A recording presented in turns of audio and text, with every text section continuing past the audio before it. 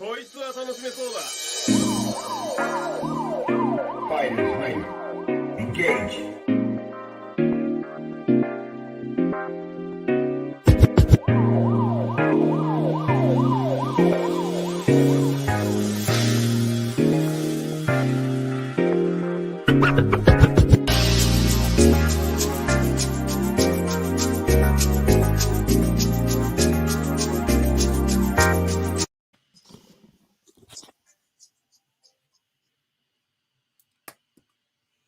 Hey, what's going on, everybody? Who 186 back again with another video, the Overrated Podcast, episode 18, and this is the homie, Traditionalist 101. Do some talking. Yeah, the Traditionalist 101. I'm pretty sure you all are probably going to get sick of this, but yeah, once again, my apologies. We started a day late with this podcast. It's just going to take some time because since I'm doing the side hustle and everything, since I just started, it'll be a little more difficult to ask them what my availabilities are. It's just not going to be a good look if you do that. You know what I'm saying? So, but apparently, the boss, he's on vacation and there is nobody to fill in. So we're basically all working with no boss. So we'll see what happens. This is what happens when you're short staffed, you don't have anybody to work, and when people quit. Oh my goodness. Yeah, it's happening everywhere, man.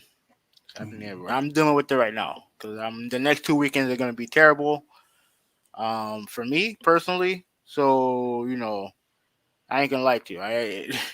It could be make or break for me as far as money wise. I'm doing fine. Like I like financially I'm doing great, but yeah, all this working I'm doing in the hard work I'm doing at that job is not worth it. Well, yeah, it's just too hard to manage. And I don't know if you remember. Do you remember the article I sent about the guy at Papa John's, where he got fired because he just didn't have workers. So he decided to close early because they expected him to do all that stuff by himself. Yeah, and poor guy. I mean, he had to do all that stuff by himself, and it's just they don't care. They just care about the money. They want you to work like as if you're some robot, and this is what happens when you're short. Stuff like this, happen. And I know you don't care about this story. Also, again, I'm not going to cover it, but I just wanted to give a quick explanation of how even you were annoyed, but about how I said how the economy has gone so bad that there was a shortage on Christmas trees. And I'm only mentioning this because, like, once again, for an item to be in demand max 2 months,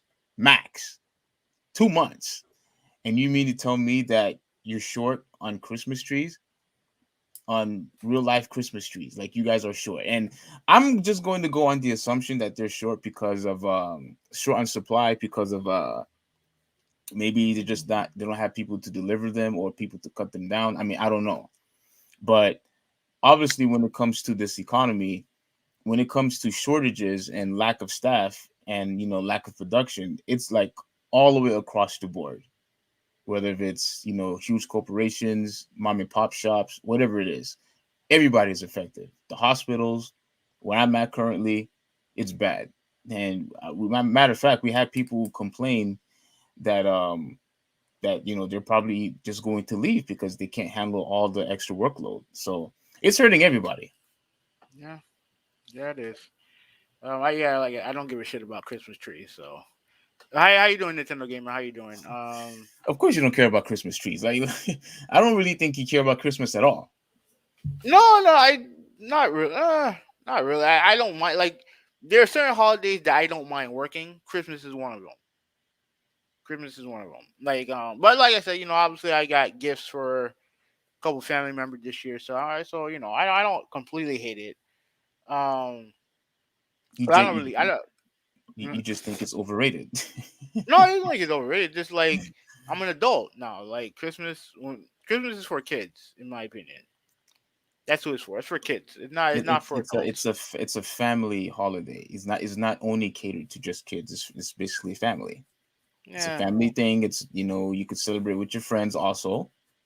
So it's a special day when it comes to giving, when it comes to um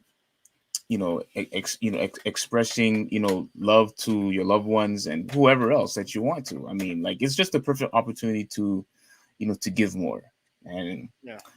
but Yeah. anyway, True.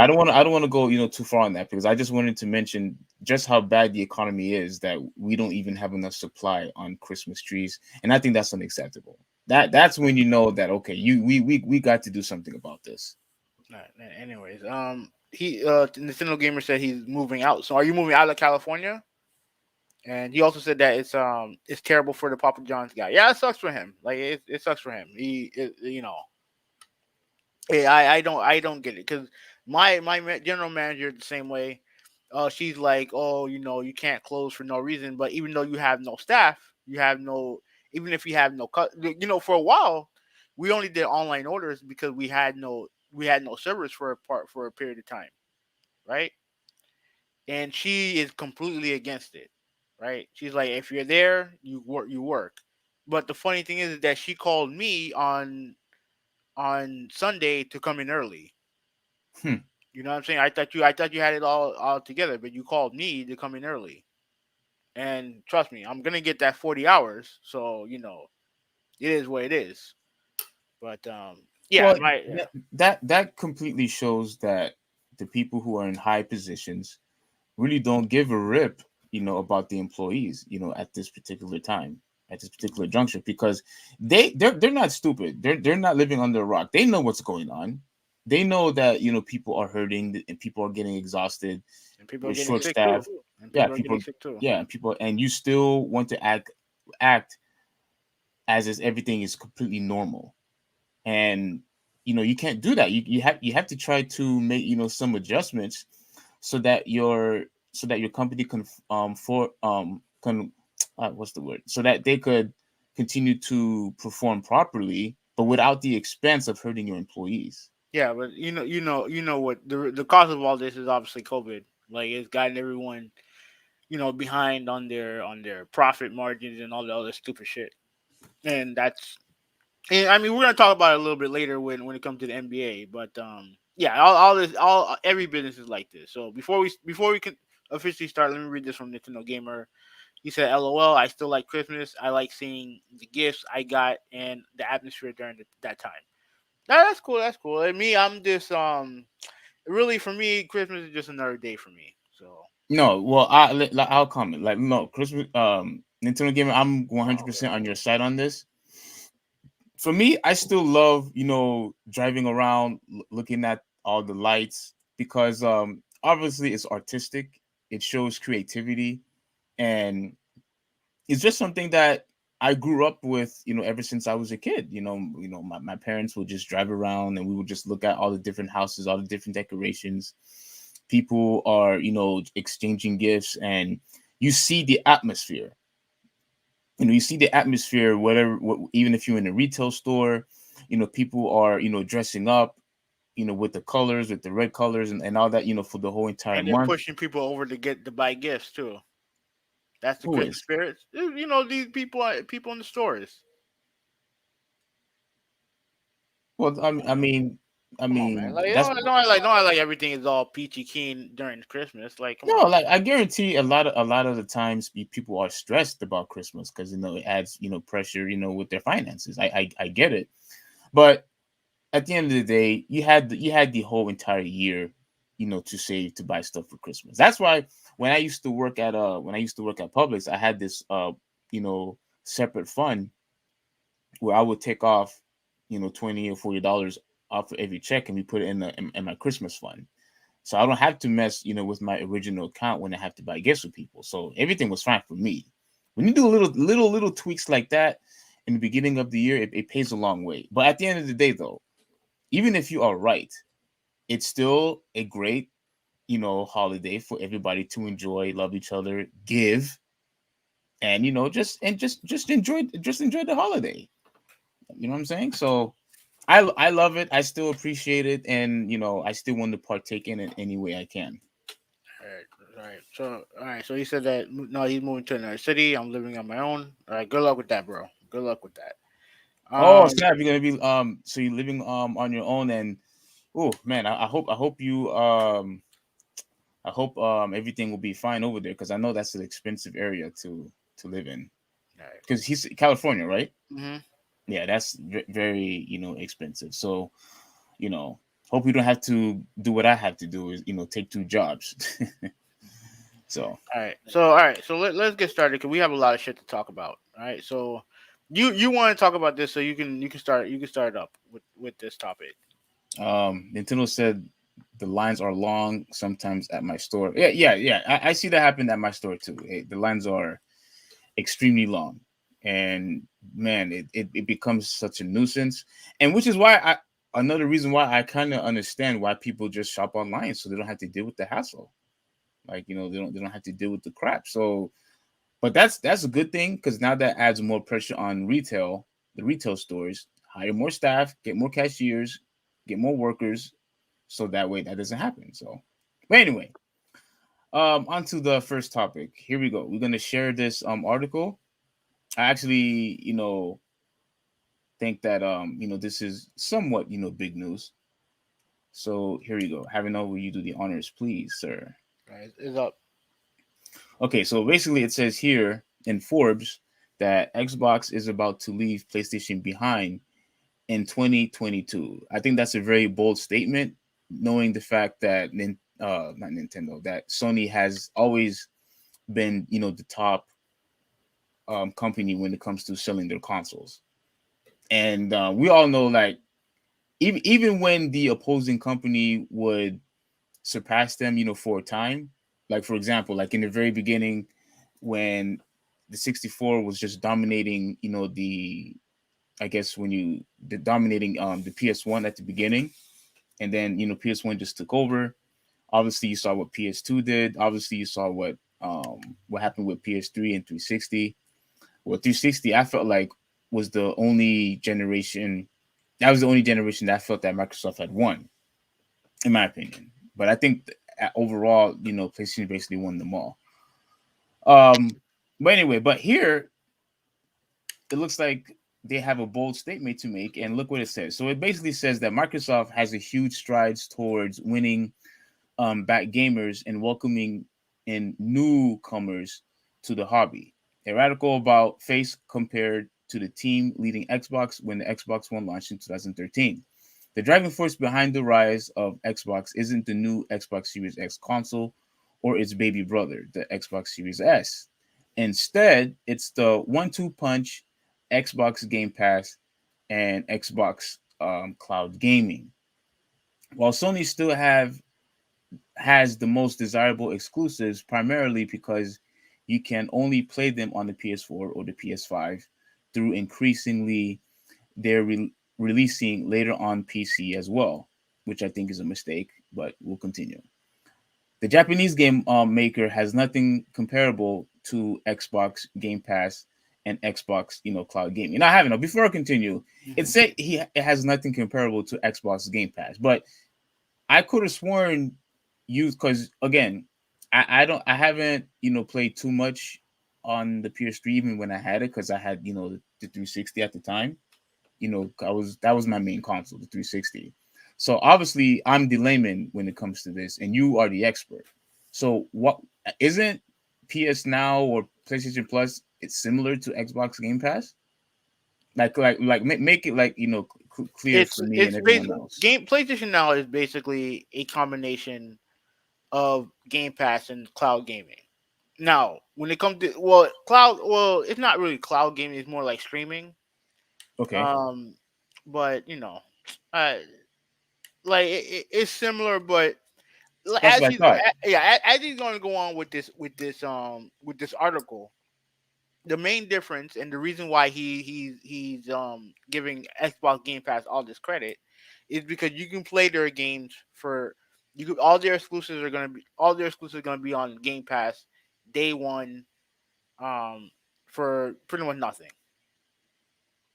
You Yeah. know, and the funny thing is that Sony are like he. I don't think he ever mentions in the article that about the PlayStation Spartacus, but that's he never mentioned that in the article, which is fine. Like it is what it is. But like okay, you can continue, and then I have my thoughts on it because All right. fairly quick. Okay. So the closest thing Sony has is PlayStation Now. Well, we just mentioned, Hmm. but it's nowhere near as full featured as Game Pass, which has better games. That's debatable, Oh, that's debatable. very debatable. Okay. Okay. Go ahead. This is getting good. This So which is has this is this is essentially what games you prefer. To say definitively that it has better games is dumb. mhm. Is dumb because on PlayStation Now you can play God of War 2018. In my opinion, God of War 2018 is better than any game that's on the Game Pass. In my opinion, Okay. okay. I rather play Uncharted. It's Uncharted. I don't know if Uncharted is on there. I think it is, but I'm not 100% sure. I rather play Uncharted than any game on Game Pass. More than Halo, more than Yeah, Gears of War, and all yeah, that. yeah. Hmm. But that again, Okay. that's just my opinion. But the funny thing is that I looked at the latest lineup for a Game Pass. There ain't no game on there that I want to play. The new game that's gonna come out for Game Pass. There ain't none of those games I want to play. So again, like he can bloviate all he wants. In my opinion, I don't think it's true, but it is what it is. So you can continue reading. All right. So, which has better games, the ability to download games, and includes every single I Xbox. Go ahead. okay. It now I've also criticized Sony for this. You cannot download. You can download PS4 games. You can't download PS3 games. You could download PS4, but not Yeah, PS3. the ability to download. Yeah, PlayStation Now can do the same thing. It's the PS3 game, which is a lot of the games on the service that you can't download, and that's a mistake in my opinion. But continue. Okay. He's half true on that. Okay. So he's telling partial truths. All right. So the ability to download games. I hope your thing is on full screen. It, By the way, it, having it is. I'm going back and forth. I okay. just Okay. want to highlight some comments from Nintendo Gamer. All right. All right. Cool. Cool. The ability to download games and includes every single Xbox exclusive day one. Now you see that That's that the that that's the most important thing. yeah. That's the most important thing. Yeah, freaking day one. Like there's actually no, time, expansion. Like I'm actually very surprised about this because I mean, basically what you're telling the audience, the people, your subscribers, that you basically don't have to buy games anymore. That's why I bought the S4. Where the hell am I? What? Okay, let me read this from Nintendo Gamer. Oh man, remember when as a kid, you just get one or two games on a special day. Now Game Pass is a good gift, and I agree, it's a very good gift. Game Pass is a great thing, but I'm not. But if you're gonna give me this option, I ain't never buying your games ever again. That's why I bought the S. You know what I mean? Like I don't need to buy your games anymore. And I trust me, if game and I do think Game Pass is gonna work, but if it don't work and you're gonna have a lot of Xbox gamers with eggs on their faces when Microsoft tells them that they're gonna have to buy their games for $60 again. I don't know if they can do that. I don't think it'll get to that point. I think Game Pass will succeed. I think it's succeeding right now. But that's the main thing. Like everything else he's saying about better games and download games, all that stuff is just opinion and half truths. The main thing is the exclusive day one. That's the most important thing. Yeah. Yeah. I think that's the most important thing. Like it's basically what you're basically saying. It's the primary. Everything else is Mhm. just secondary. Yeah, everything And else is just yeah, now you said something. You said something that was interesting. You basically said that when crap, I'm trying to remember what you said about crap. I'm trying to remember. Okay, repeat what you said. The last thing you said. about the Xbox exclusive day one. No, it was something else. You like. All right. If it comes back to me, I'll remember. But Okay, okay, yeah. yeah, if it comes back to me now, Here's the thing. Oh no, no. Okay, I remember. You said a lot of the gamers would be upset if they had to pay $60 again. Hmm. I think I have to agree with that because once you give them a great perk as this, they never want to give that up. You know what I'm saying? Yeah, Like yeah, yeah, like but like but the thing is that I know a lot of these, and most of the people who do this, well, there's some influencers that do it too, and all this other shit. And the funny thing is that these people would not have a problem buying these games for $60 or $70 in the first place. The only reason why they brag about it is because Microsoft gives them the option to do it. right. So but if they go back on their word on this, I do wonder what they're gonna say. Yeah, me I do too. wonder a lot at least what one of these all these Xbox fanboys are gonna say. Yeah. All right. So let's continue on. Day one across consoles and PC with Xbox game cloud gaming. You can stream these games to your mobile devices. In fact, with just a gamepad, a smartphone, and a Game Pass in the Xbox Game Pass Ultimate subscription, you can play countless Xbox titles without even owning an Xbox. All right, see, this is the part where I am in wow mode, but also perplexed because your Xbox console is ultimately the reasons why for people to game to us for us to game on your stuff anyway. Like it doesn't really make any sense. You're basically telling us that okay, just basically have Xbox Xbox subscription, right? Where you pay every month and you can play whatever games that you want. So why even make the console in the first place? Why have a console? I That's the mean, part that I'm confused I about. think they Why want to have a give people. console? I think they just want to give their gamers an options. Like if you want to play it on Xbox, you can play it on PC. You play it on your phone. All this other stuff. I think they just want to do it for option's sake. But okay, but if I could get an Xbox Game Pass and play any game I want, and what I'm basically doing is saving money because I don't have to buy a $400 $500 device. I think they're okay with that.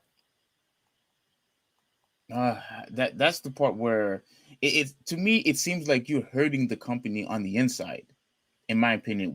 With this strategy, where it says you don't even have to own an Xbox, you're hurting yourself.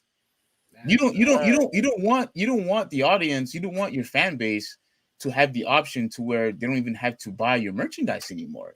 look, Because you look. think about it, without a console, obviously you're not buying their games. Without the console, you're not buying accessories. So like you look at all the money that you're losing just for giving us the option of not buying your console. Look. They're going with the Netflix model. Like Netflix, they have all these shows that cost a lot of money to make, and what they're counting on is the subscription numbers.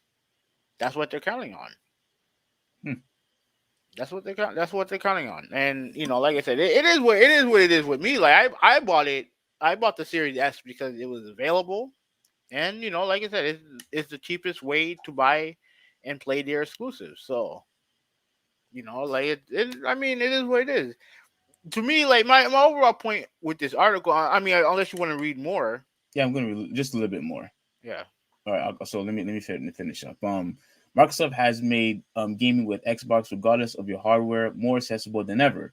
This applies to console gaming as well, which programs like Xbox All Access making consoles more affordable and smart delivery, ensuring that no matter what game you buy, you'll always be able to play the best version for no additional cost. If No, you have, let me say this real quick. yeah, Right, this is a big advantage for Microsoft because they're not charging you. And like with Sony, like and with Sony, they've been dumb in this area where some games get free upgrades, some games you pay $10, some game they even remastered the game for PS5. You don't have none of that with Microsoft. It's smart delivery. Everything is precise. Everything is you know exactly what you're getting, Mm-hmm. right? And with PlayStation, it just is this the messaging is all over the place. Is all over the place. Yeah. And this is where I mean Microsoft completely kicked their ass in this category. It seems like anything that regarding to online, they've been kicking your butt. With Yeah, that. Yeah. because in some areas there are expertise in this area because like you said like the roots of this company is PC gaming. So and they essentially bought all the aspects of PC gaming to console gaming Right. with and the original idea was for Microsoft to take over. They wanted to take over PC gaming. I don't know this for a fact, but based on their actions, I feel like in their history, I feel like this was the case. They wanted to take over PC gaming. They wanted to monetize PC gaming, and PC gamers are not weren't having it at the time. So they created the Xbox, so that you bring a lot of you know that they bought a lot of those PC centric games that were on the Xbox. That came the console came out on Xbox first.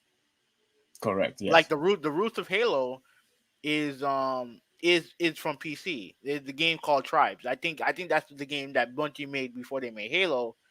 You know, like I said, like the roots of Xbox gaming starts on PC. Mm-hmm.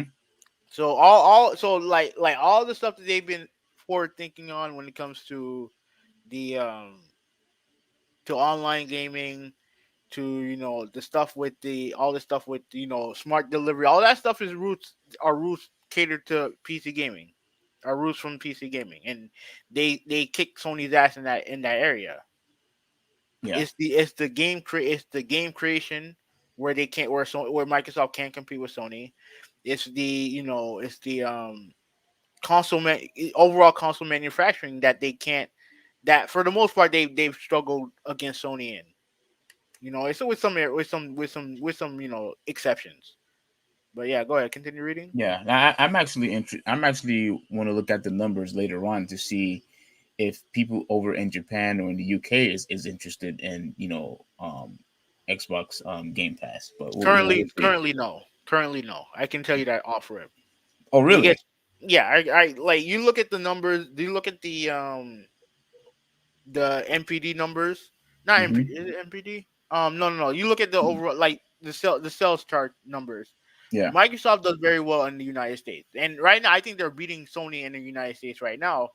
But in Europe and in Japan, they get their ass kicked. Like, but again, it is early in the Game Pass era. So I think in 2 years we'll see the effects of Game Pass. Plus, you look at the Bethesda game that with Bethesda what they acquired a year or two ago. Mm-hmm. It's gonna be a little while before we see the fruits of that labor. So for this guy to jump the gun and be all about, oh, they're about to leave PlayStation behind, it to me is premature. Yeah, yeah, yeah. That's why I said it's a very bold statement. I'm gonna look at the numbers of how they're doing in Australia. Also, I really want to see how Xbox, like I basically want to try to figure out if Xbox Game Pass will do worldwide. You know what I'm saying? Like who will actually find this subscription relevant to them? But from what you're saying is right now in Europe and in Japan, they have this nonchalant attitude about it. So Yeah, and I'll tell you this right now, based on this anecdotal evidence. Like when I went to sell my Xbox One S, they had when I went there, I went there around 1 o'clock, right? I was waiting in line at GameStop, and I talked to one of the coworkers that were working there, and they had the sign that said that we had PS5s available. no But way. yeah, yeah. But from she told me from 9 o'clock to 11 o'clock, every single one of them, which was 60 of them, all gone,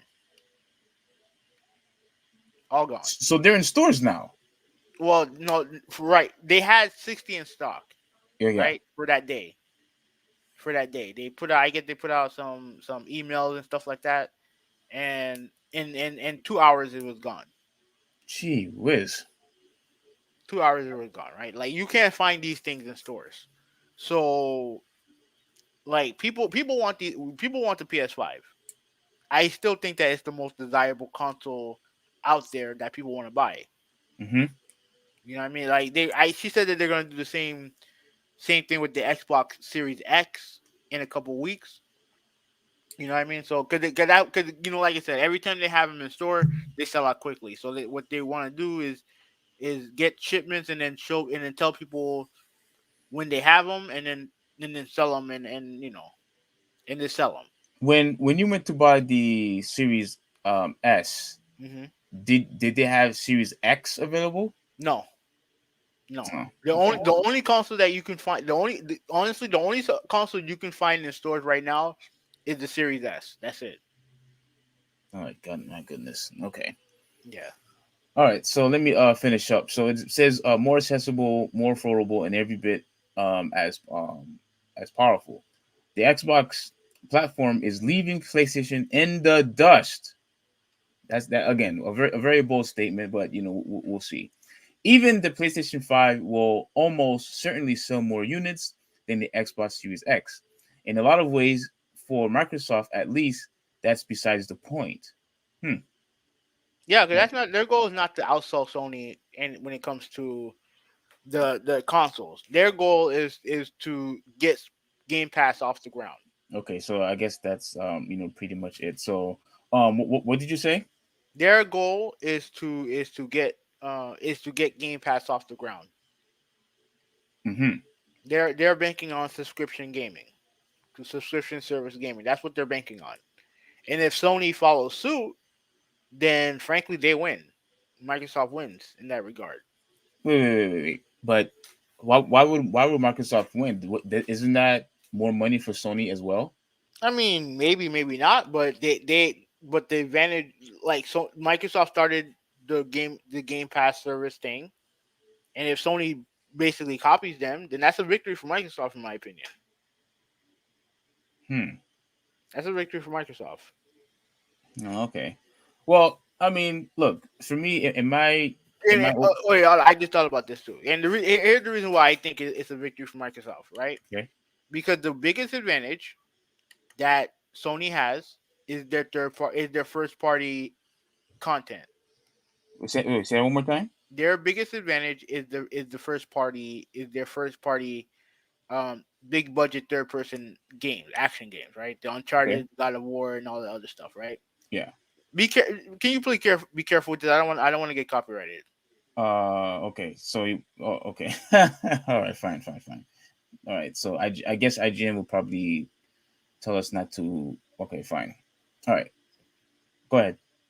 Okay, so like that's the biggest thing, and those games cost money. Those games cost money. Microsoft tried, but they can't compete. They can't compete with Sony in that area. They just can't. They've tried. They haven't done it right. That's why they bought Bethesda to create content for Game Pass, right? To me, if you're going to go to the subscription route, it's going to be. I have a hard time believing that Sony is going to make like, let's say they make the next Uncharted game, right?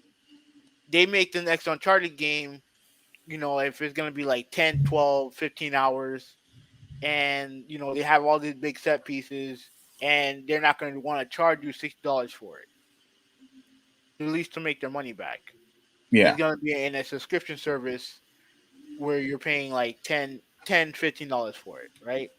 Mm-hmm. I have a hard time believing that Sony is going to I have a hard time believing that they're going to sell those games for $60 for and put them in a subscription service.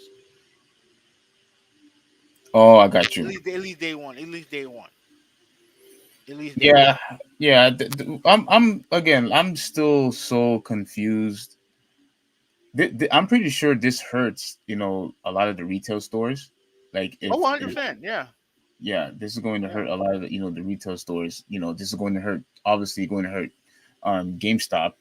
Um, yeah, you can I mention mean, Best that's what Buy I to mean. some I degree. think Microsoft didn't Microsoft buy a stake in GameStop a while ago. I don't remember. I heard I read I heard something about that.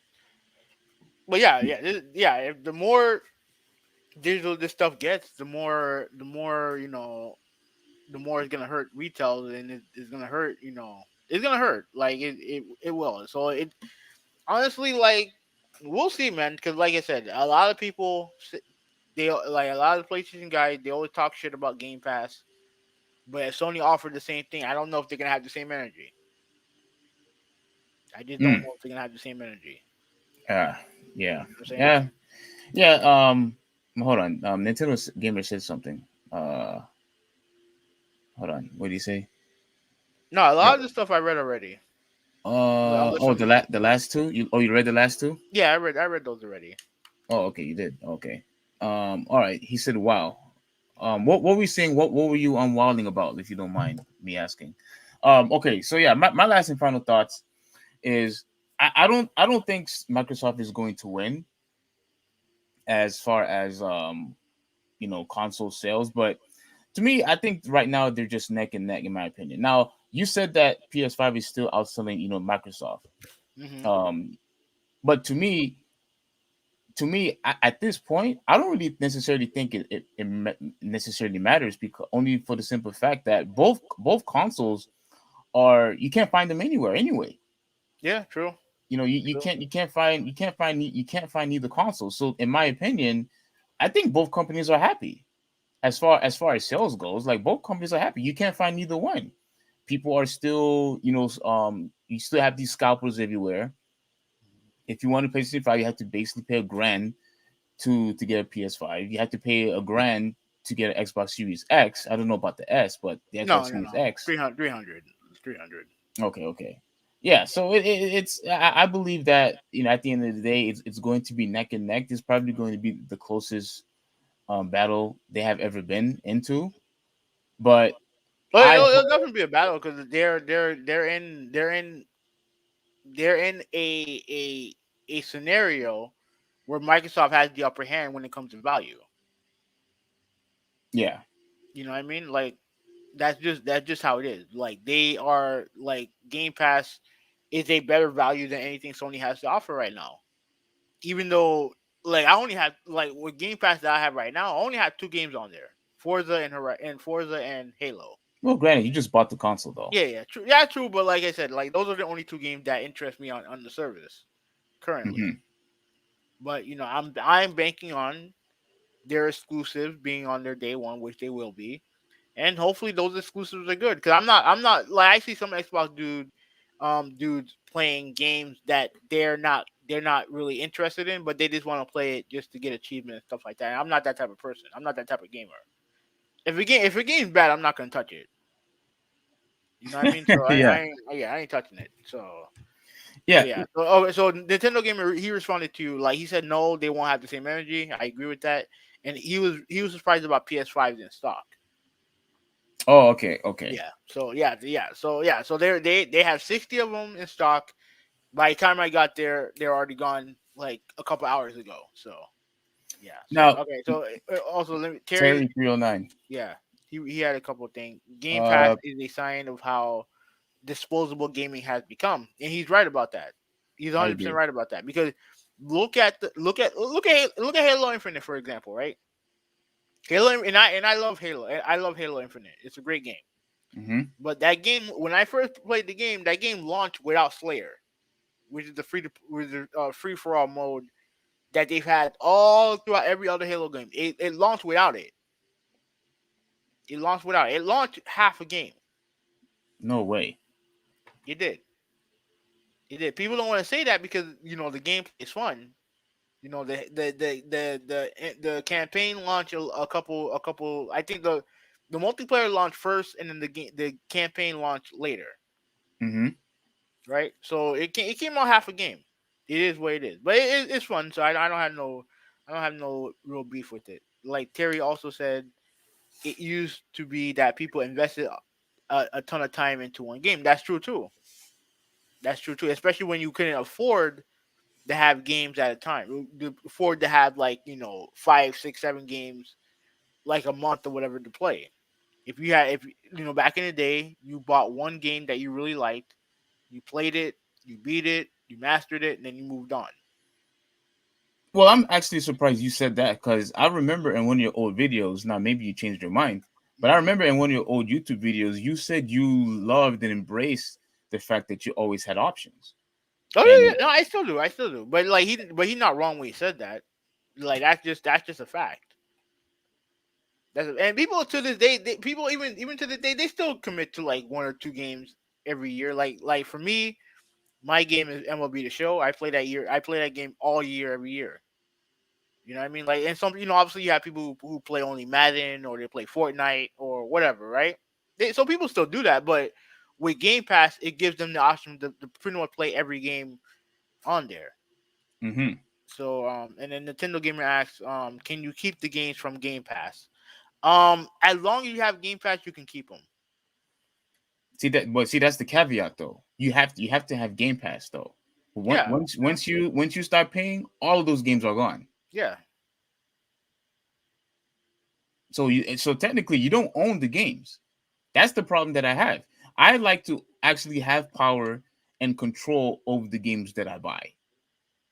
I want to have this say so of when I could play or play online or whatnot, and not punish me when you decide to remove some of these games off the market without my say so.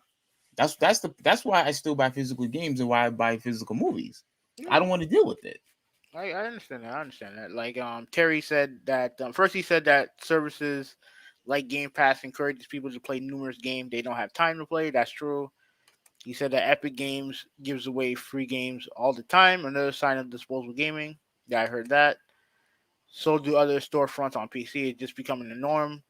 And the last thing he said, the monetary value of games is at rock bottom. You won't think it is, but when companies throw them at us for free. So, Yeah, yeah. the problem that I have is all these, like you said, the Halo came like a half a game and all that.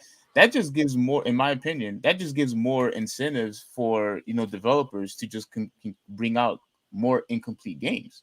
Oh, these games are free. Why in the world am I going to put as much hard work and into a game that I could give out for free than if you had to play then if you had to pay a game for $60? Yeah, it's less pressure to bring games out on time. It's Exactly. less. Well, actually, yeah, yeah, it is less pressure because, like I said, they don't have to, they don't have to give out a full fledged game because they can always use the excuse of, well, it's on Game Pass. So yeah, man, like I agree, I agree. But like I said, this thing Game Pass is very popular among the Xbox fans and fanboys alike. It's popular among influencers. Like and it would surprise me. It would really shock me if this doesn't catch on globally. They just need to have, in my opinion, they need to have better games on there. And the Bethesda games are games that are very popular. The Fallout's, the Dooms, the Elder Scrolls. Those games Yeah. are very popular. Yeah, those games are highly popular, but you even said that you don't think UK or Japan will really care either way with Game Pass or not, because you know how they are. They just don't have a feel for American products at the end of the day. I mean, it's still an American product, so I don't really think it's going to affect Japan that much. I don't know, cause like I said, like Apple is popular in Japan from what I remember. That's an American product. Mm, yeah, good You know what I point. mean? Yeah. So like, all they need is something to catch on. All they need is something to catch on. Now it's been 20 years, and nothing's caught on over there. But you never know. You never know. All So right, see, this is what did you read? All right, go ahead. Read Terry. He had a really good point. Go ahead. is it the one on the screen right now? It's the second one, but you can read the first one. Okay. He said that when you bear in mind that on PC you get games thrown at you for free on numerous storefronts, why would you want Game Pass? I mean, I think it just is more games. You know what I mean? There's more games because you have to remember Halo. To me, I feel like Halo is a big deal on PC right now. You know what I mean? You can, and from to my knowledge, you can only get that on Game Pass. At least I don't know if you can get it on Steam or not. I don't know, but Yeah, you can get on Game Pass. And then let me see what else they said. I mean, sure, some games on Game Pass are relatively new, but wouldn't you rather just buy and keep them? Yes, I would much prefer, to buy them and keep them. That's what I much prefer. And I happen to know you used to feel that way, but not anymore. No, because when it comes to Xbox games, by and large, I don't really care about them like that. Like I don't have the same attachment to them that I do with PlayStation games. It is what it is. You know what I mean? I don't have the same attachment because I know at some point, I'm gonna get bored of it and get rid of it anyway. So, Yeah, but at the end of the day, though, like I but said, I understand that point. But that's gonna that trust me, that's gonna be less and less people are gonna feel that way. well, And I think, and a lot of people are gonna be like, well, as long as I keep Game Pass, I'll still have those games. well, yeah, I think millennials, even millennials, are now more into subscription and everything like that, and Gen Z, which is the generation after us, they are going to be more catered to Game Pass and streaming and cloud gaming and all that, instead of actually buying the actual Yeah, product, cause physical copy. that they didn't grow on that. Right. They didn't grow up on that. So Yeah, yeah. so maybe I'm wrong. Maybe it'll worldwide is probably going to help, and Mhm. is going to be influencing a lot of people. But I feel like as me, I much rather prefer to just keep the game, own the game, play anytime I want, and not worry about some stupid subscription. Because again, once you stop paying, you don't have access to those games anymore. I agree. I agree. Well, anyway, let me read a couple more from Terry, and then we can move on. Hmm. He said, "Do you have time for more games? That's the thing. Games don't just cost money. It costs time." I agree with it there. And he said it is on It is on stream on Steam. So okay, all right. So the game's on Steam. So Yeah. Now for me, do I have time to play? I mean, I have the time to play it, but the problem is, when you are working and then you have other things that you have to do and you have to accomplish, then you get tired at the end of the day. It's just too hard to add video games into your personal life, or into the equation, I should say. But I try to game as much as I can, but I just get really really really tired throughout the day. So I would play a couple games either on my phone, or I'll play a couple of Smash Brothers with my brother from time to time. But that's pretty much it. That's pretty much it. I think, but I think at the end of the day, though, physical copies will always have an attachment into my heart. You know what I'm saying? Because you actually, I feel like you actually own the product when you actually buy it, not have some stupid subscription. But I'm obviously in the minority in that, so this is going to stick, unfortunately. all right. So reading on. That's the thing about Game Pass. They give us more games, but we don't have the time to consume them all. And since it's a subscription fee, and you don't keep the games, you're under pressure to get your money's worth. Get the money's Absolutely. worth. Yeah. And then he said by playing as many of them as possible, which takes a ton of time. And then he also said that yeah, I have certain games that I play when I'm tired. Usually Musu games. I yeah, I don't know what those are. I apologize. I don't know what those are. I don't know what those games are. Yeah, if you could elaborate on that, that'd be greatly appreciated. And matter of fact, I appreciate all the the comments that you've been giving out. That's much appreciated. um Keeps us obviously engaged and everything. But I do have one last thing. He said on that's the thing about. Oh, Dynasty Wars. Okay. Oh, okay. Dynasty Oh, Wars. okay. um he said, like, that's the thing about Game Pass. They give us more games, but we don't have time to consume them all. And since it's a subscription fee, you don't I keep the read that. games. Yeah. But I'm trying to. There was something I wanted to say.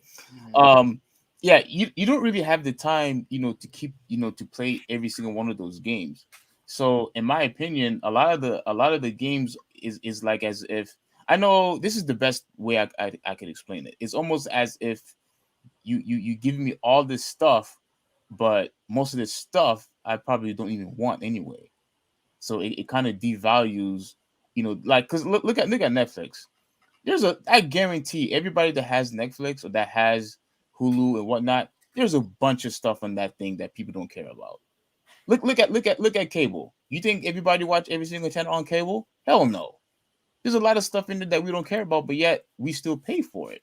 And I think that's why a lot of people are, moving off, from cable and unsubscribing to, certain subscription services because there are just stuff that that I don't want or care about. So hopefully that doesn't happen to Game Pass, to where okay, yeah, you're giving us all these games, but I don't care about this, I don't care about this, I don't care about that. So I think in the long run it may hurt, but I don't think it's going to affect them too much where they have to stop the service. You know what I mean? So yeah. Okay, and then let me read this from Kerry. I learned that lesson when I paid for subscriptions with in-game money or RunScape and tried to get my money's worth out of it. Have you ever done that, guys? It's hell.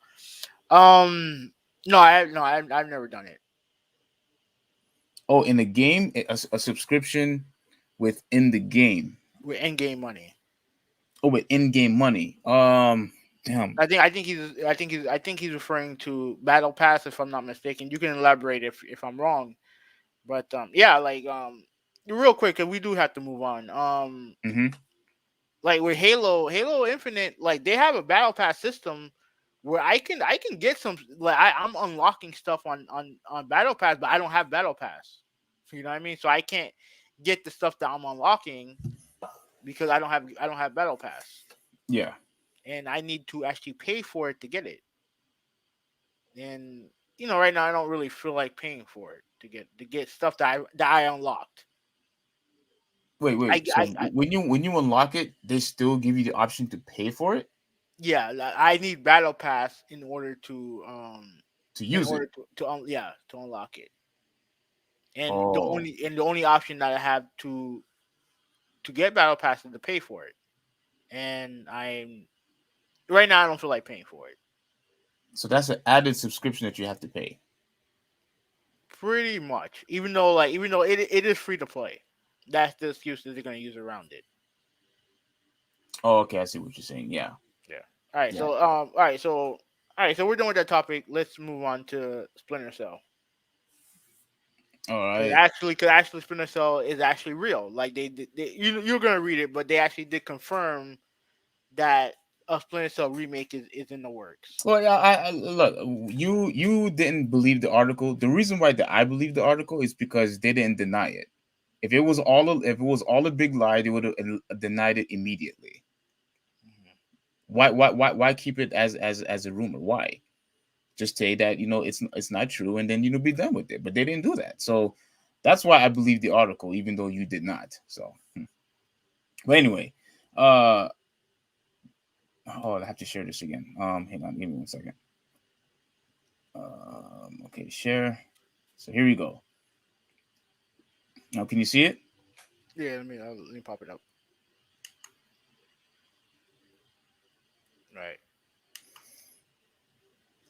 So I don't know if the rest of you all that's watching, I don't know if you guys are a huge, Splinter Cell fan. I don't know if you guys like, stealth games, but I'm a real huge of Splinter Cell fan. Splinter Cell and Metal Gear are the two most, you know, games that made a huge impact, into my life.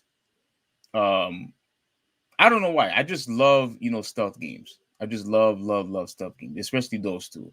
But when I heard the news that they were going to be a remake, I was ecstatic, and I really had to talk about it. But I'm going to make this quick because I know having you have to go to work, fairly soon. So it says Ubisoft Toronto is developing a remake of Tom Clancy's Splinter Cell, the stealth shooter that kicked off a series by the same name and introduced players to characters of Sam Fisher. Ubisoft announced the remake on Wednesday with a developer interview and a lengthy YouTube retrospective covering the original 2002 game. So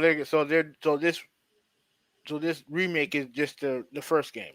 The very first game, yes, Okay. the very first game that came out. I think it was, if I'm right, I think that very first game was originally exclusively for Xbox at No, first. no, it was on PlayStation. It was on PlayStation. Hmm. Okay, I It couldn't played find it. best on that. It played best on Xbox though.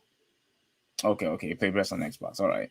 So Splinter Cell will be remade in Ubisoft Snowdrop engine, which the company introduced in 2016. Tom's Clancy, The Division. In the interview, technical producer Peter Han, do you know this last? Can you pronounce his last name? Handrinos, That's how you say Handrino. it. Ah, Han. I guess.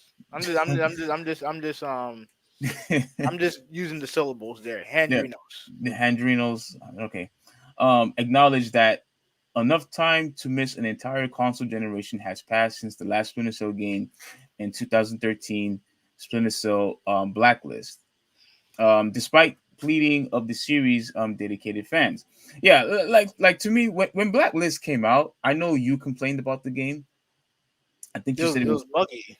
yeah, yeah. I It was remember you buggy. were complaining about, the game was buggy, but like I don't know why they just stopped. I don't think they ever gave an explanation why they just stopped No, production. I know exactly why they stopped. Oh, I think I know what you're gonna say. Go ahead. What am I gonna say? That they couldn't make more money off of it. Like That's true. but They couldn't monetize it. yeah. They couldn't monetize it, and they were too busy making Assassin's Creed and all these other games that they were making that are just all the same shit. When you say all the same, you mean the monetizing?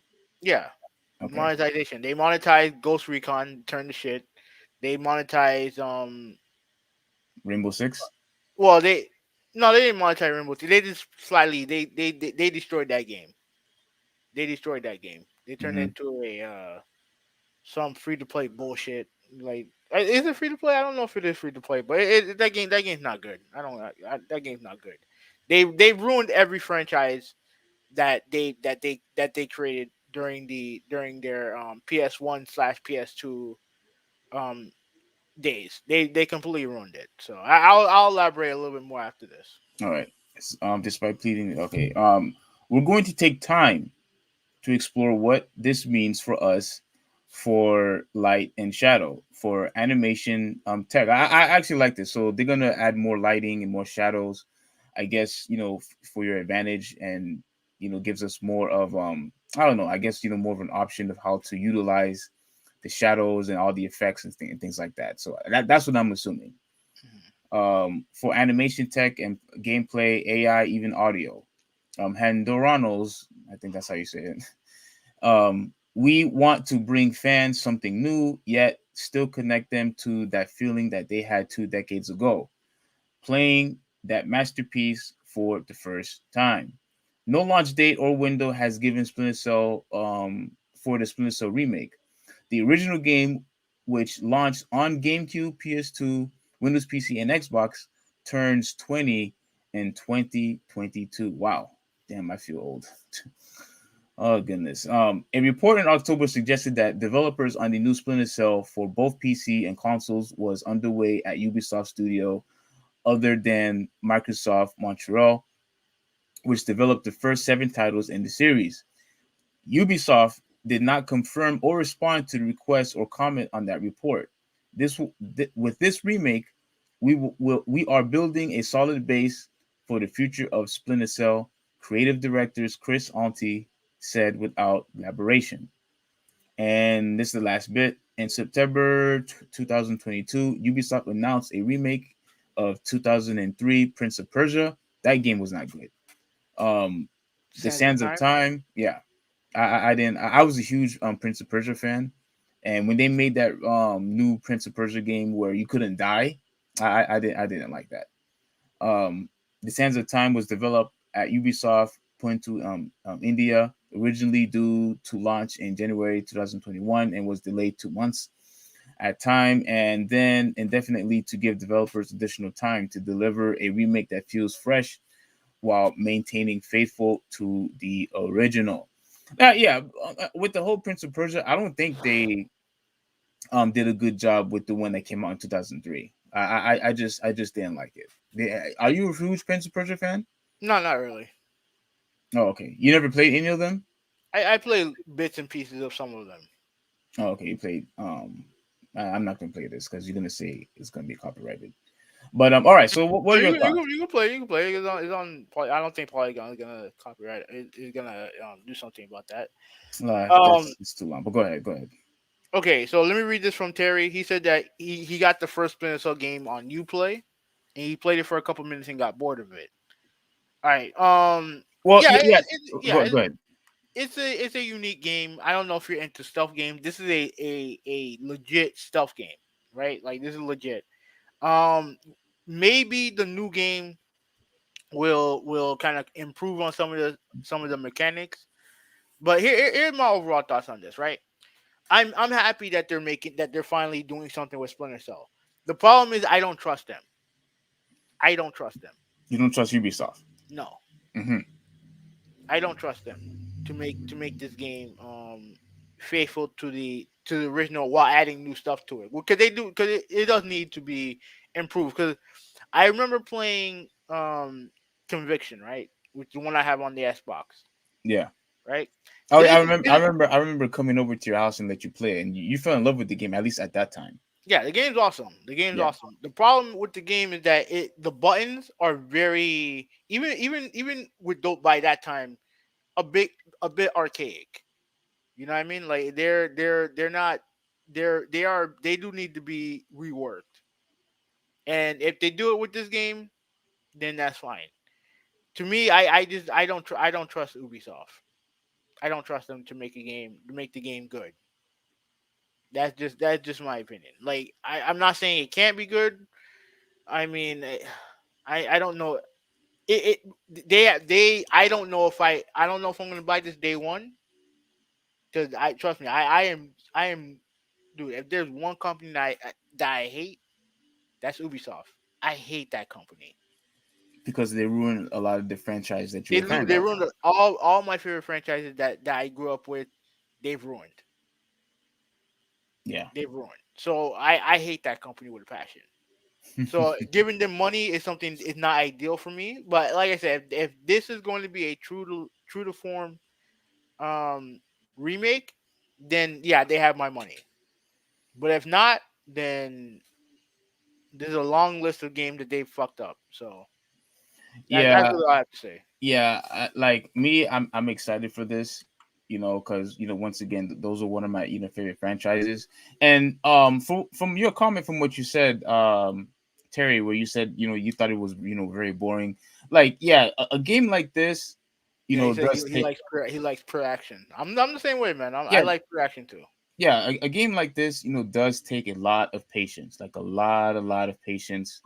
And there's really not that much action. It's really more has to do with a lot of mental, and try to be more strategic of where you're going, your movements, when you could leave. Like the game kind of like dictates when you could actually get to one position to another. Like you don't really have the free will to go any place you want, because you should not be seen. So I get why you don't like it, but I love that. That's what I love about the game. Yeah, it is slow paced, and people would say, well, that's why you might probably prefer Metal Gear. But there are a lot of instances where even in the Metal Gear game, you have to take your time also, by not getting caught, and and things like that. And what I also appreciate about this game, even in the past, was that you were very limited to what you could actually do, because you're not some type of ninja that you could start doing spin kicks and twirling all the way around, whatever. Like it was like you were actually a real person, and with real physics and things like that. So you really didn't have it wasn't focused on speed, I should probably say. You know what I'm saying? So I get why you didn't like it. I get why, but I love the game so much. And the thing that I'm hoping for, that when this remake comes out, that I hope the game is not too linear. I hope they really expand the stages to where you could take different directions, that you have the option to go left or right, and whatnot, as an example. Because as good as the first one was, there was really only one direction that you could go to. Like, you didn't really have an option to go to a different area. Like, if for those of you, if you ever played Metal Gear, there was a section when you were when you went to the elevator, like there were different directions for you to go to the tanker.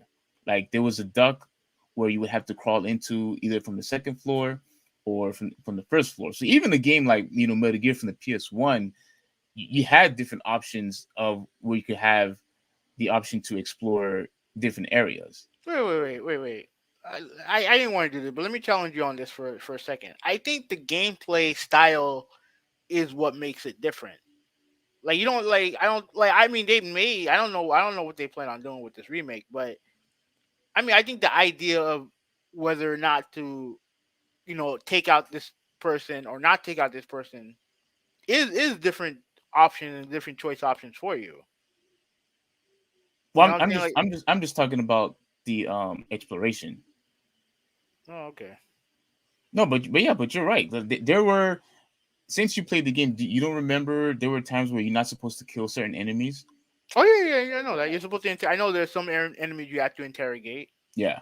You know what I mean? Like I know that, So yeah, but the game really involved a lot of critical thinking instead of just hacking, slashing, and just shoot people in the head. Like traditional games usually do. Like this wasn't like that. It was very different. It was very unique, and you don't. I appreciate it so much because you don't really have games like this anymore. Like I can't think of any other game where, like how you said, the playstyle is similar to this. Like there isn't really any. Maybe Metal Gear, I guess Siphon Filter to some degree, but back in the day. But that's pretty much it. Like there's really nothing else. yeah. So at the end of the day, I'm actually looking forward to this game. If I get the console, I'm buying it day one. I'm buying it day one because I believe that. But I do wonder. Obviously, PlayStation, Xbox is gonna be on that. Is it gonna be on the Switch? No. If this game's coming out, once this game comes out, no, I have to get it either on the Xbox or the PlayStation. I really want the max experience when it comes to gameplay and the graphics and all that. And the When it Switch comes to can't that, provide that for you. the Switch is not as powerful as the No, PS5 and I the mean, Xbox Series I'm just X. saying, the Switch can't provide that for you. No, I'm sure they can, but I want the better. I want the better graphics when it comes to this game. When it comes to this Mm, game, okay. yeah. All But right. last thing, one of the reasons why people don't like this game was actually one of the reasons why people didn't like the original the original Metal Gear or even Resident Evil for that for that matter, because you were so limited of what you could do. Mm-hmm. But with this game here, I hope they bring back the original cast. I hope Oh, they they're not gonna do that. what I don't want them to do is cater to all the people that say, well, we want more action, and then they're going to bring all these crazy explosives and whatnot. Like if this is going to be stealth based, then you need stealth weapons. That's all you need. That's all you need, because that's the emphasis of the game originally, is that you have to get by without getting caught. And so it makes more sense if you have weapons, similar to like how it is done in Batman. I guess Batman is a good example I could use. I don't know if you ever played a Batman game, movie 86, but As far as the Arkham Asylum games, yeah. not really. No. Okay, yeah, but even with those, there were a lot of stealth elements in that regarding to that game. Like so maybe so I'm wrong. So there was another one. Batman was almost the same way, where there were weapons that he had to use. Hanging from the ceiling, taking enemies, knocking them out. All pretty much the same. Using stealth, the darkness as to your advantage. So really, there was really only a couple of games that was like this, which is why I appreciate it even more, because we don't have enough. We don't have enough. So Ubisoft, please don't let me down. I really want this to be good, and I'm looking forward to it. So that's my final thoughts. Okay. All right. All right. So we got the gaming stuff out the way. Before we get to the basketball stuff, which will end the show, we have to talk about this because this is funny. Your dreams online. Is that what he said? Your No, dreams. some I don't know. I don't know who that guy is. Okay, I don't know. Whoever you are, thanks for watching anyway. But yeah, thank you. Okay, So this happened. I believe this happened. Let me get to the. Hold on, before you continue, what topic is this? You'll see. You'll see. No, all right. All right. Let me get to the title here. Now, a couple months ago, we talked about Urban Meyer, right? The now former coach of the Jacksonville Jaguars when he went after the team lost their game to Cincinnati. He the team went on the plane. He stayed out to hang out with a mistress, right? Now, at the time, I was like, you know what? It's a bump in the road. It's a bad look, but the goal is that hopefully the team improves over the years so he can get established for a second year. Because I didn't think he was gonna get fired, but guess what? A couple days ago, he gets fired. Yeah. Now, now there's a lot to go over when it comes to Urban Meyer and why he got fired. Okay, and this is the Urban Meyer disaster timeline that I'm about to go through right now. Right. So as I scroll down, pretty much January 14th, they hire him. Right. So they hire him. His first mistake, he hires Chris Doyle, which was the and I covered this we covered this on the other podcast regarding him. Yeah. Um, he hired a strength and conditioning coach that had a racial incident in the past with a couple of his players, and he um initially he was stubborn about getting rid of him, but eventually he had to get rid of him. So mistake number one.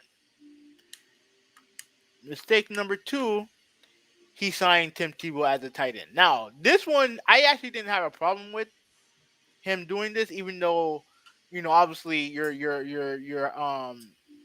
signing a guy who used to be a quarterback to a position that he never played before, and I feel like you only did that to do him a favor. But it didn't last that long because Tim Tebow predictably couldn't play tight end, and he got cut.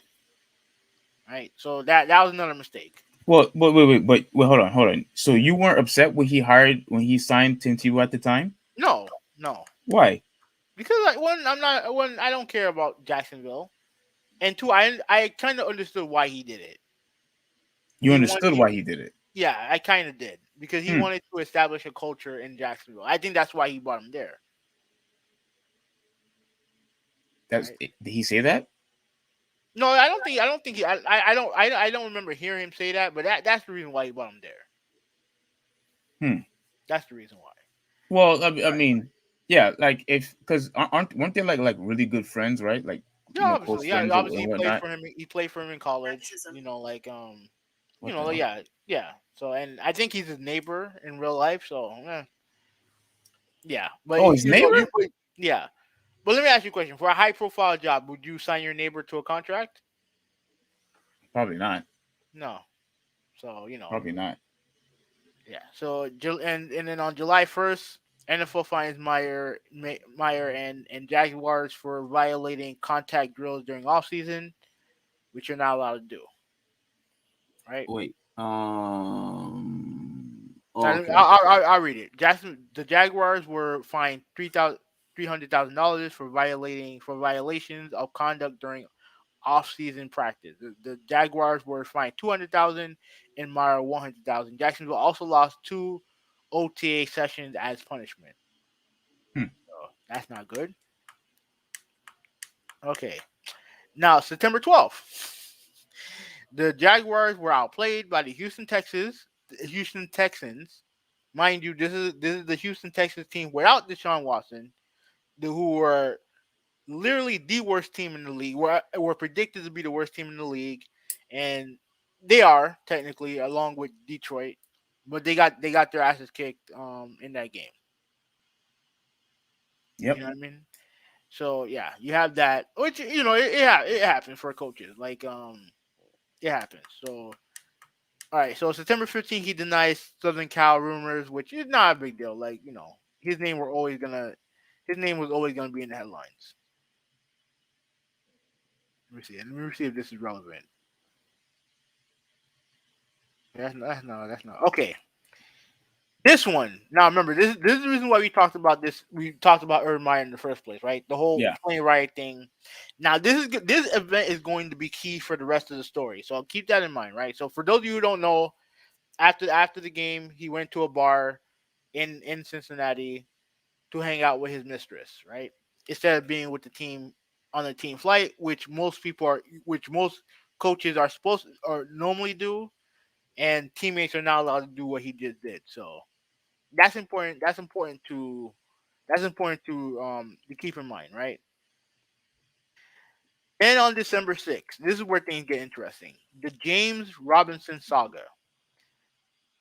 Urban Meyer admitted he was not responsible for pulling running back James Robinson. Now, James Robinson, he's a 1,000-yard rusher. He's their best offensive player. He fumbled on the first drive and then he got benched. Right. So Hmm. let me read on here. I know that there's a running back rotation. They're worried about his loads, how many carries, and they track that. Meyer said. And obviously, at the time of the game, they must have wanted to get him a few more carries. I'm not in Yeah. charge of it, and but I watch it and I'll say what our thoughts here, what our thoughts there. Obviously, I didn't do it there with Robinson.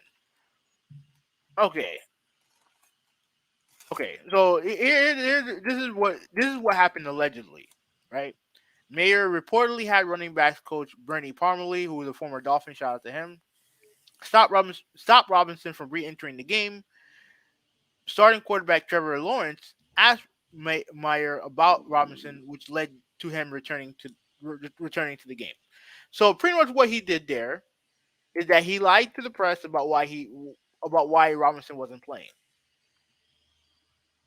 Right? He essentially punished him for the fumble, and then told the media that, oh, I don't have control over that, which based on the reports, that's a complete lie. Well, if he wanted to pull him up because he fumbled like I see coaches do that all the time. To your 1,000-yard rusher, I mean, if you're Bill Belichick, you can do that. But if you're Urban Meyer and you have your quarterback asking you, well, why is he not playing? Like that's a bad look, in my So opinion. so only Bill Belichick could do that. I mean, as far as Bill, like if you have credibility, you can do that. Yeah. Homeboy had Urban Meyer had no credibility, at least not in the NFL. True. True. True. Right. Yeah. So and then okay, so that happened on the 6th. 5 days later, a report from Pelissero came out that Mayer called his assistant coaches losers in meetings and demanded they explain their individual accolades. Basically, the assistant coaches had to defend their resume. Right now, Urban Meyer said that calling someone a loser that's inaccurate. Hmm. I have high expectations for our coaches. I am very demanding of our coaches and expect guys to be held accountable for their positions. And the times when they're not, we address it. But I assure you, there was not whatever report. That's nonsense. So okay. So and then this happened on the same day. This is regarding Marvin Jones, who's their best wide receiver, right? Veteran wide receiver Marvin Jones was so irked by Urban Meyer's criticism of the receiver that he left the facility, only to be convinced to return. He later had a heated argument with Meyer in that practice.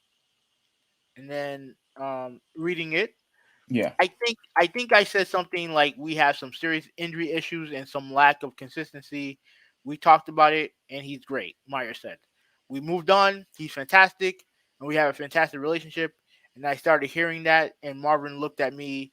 He walked by yesterday when I saw something on TV, like a heated argument, and he goes, "I guess we're not allowed to talk anymore, are we?" And started laughing about it. So there's nothing. So that's what he claims. So Hmm.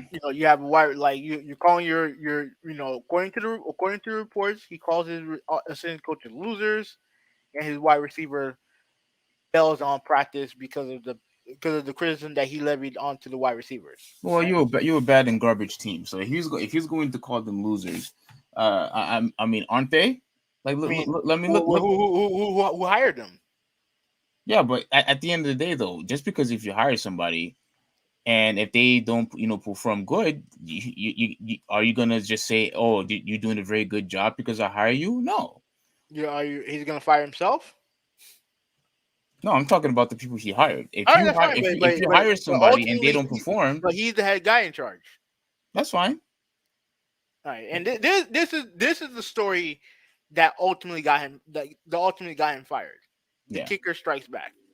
Former Jacksonville Jaguars kicker Josh Lambo said to Rick Stroud of the Tampa Bay Times that Mayer kicked him during warm-ups, which Lambo reported the incident to the team's legal counsel. It certainly wasn't as hard as it could have done it that he could have done it, but it certainly wasn't a love tap. Lambo said, "What the hell?" Okay, all right, good. All right, my bad. But it was but it certainly wasn't a love tap. Lambo said, "Truthfully, I register it as a 5 out of 10, which in the workplace, I don't care if it's football or not. The boss cannot strike an employee." Mayer denied the incident occurred, but was fired hours later by the Jaguars. He ended his tenure with Jacksonville with a 2-11 record, tied for second worst in the NFL. Now, here's the one common theme about all of this, right? The one common theme in about all of this, and the reason why he got fired ultimately, is because the people who were there hated his guts. They hate that dude.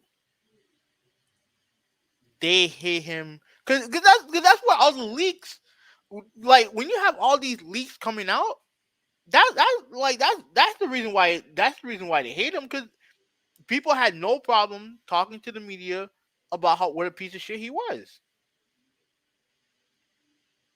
Like, you don't see this with Bill Belichick. You don't see this with Mike Tomlin. You don't see this with hell. You don't see it with Detroit with Dan Campbell. Why? Because they like Dan Campbell. People hate his guy. And let me tell you the telling thing about people who dislike him.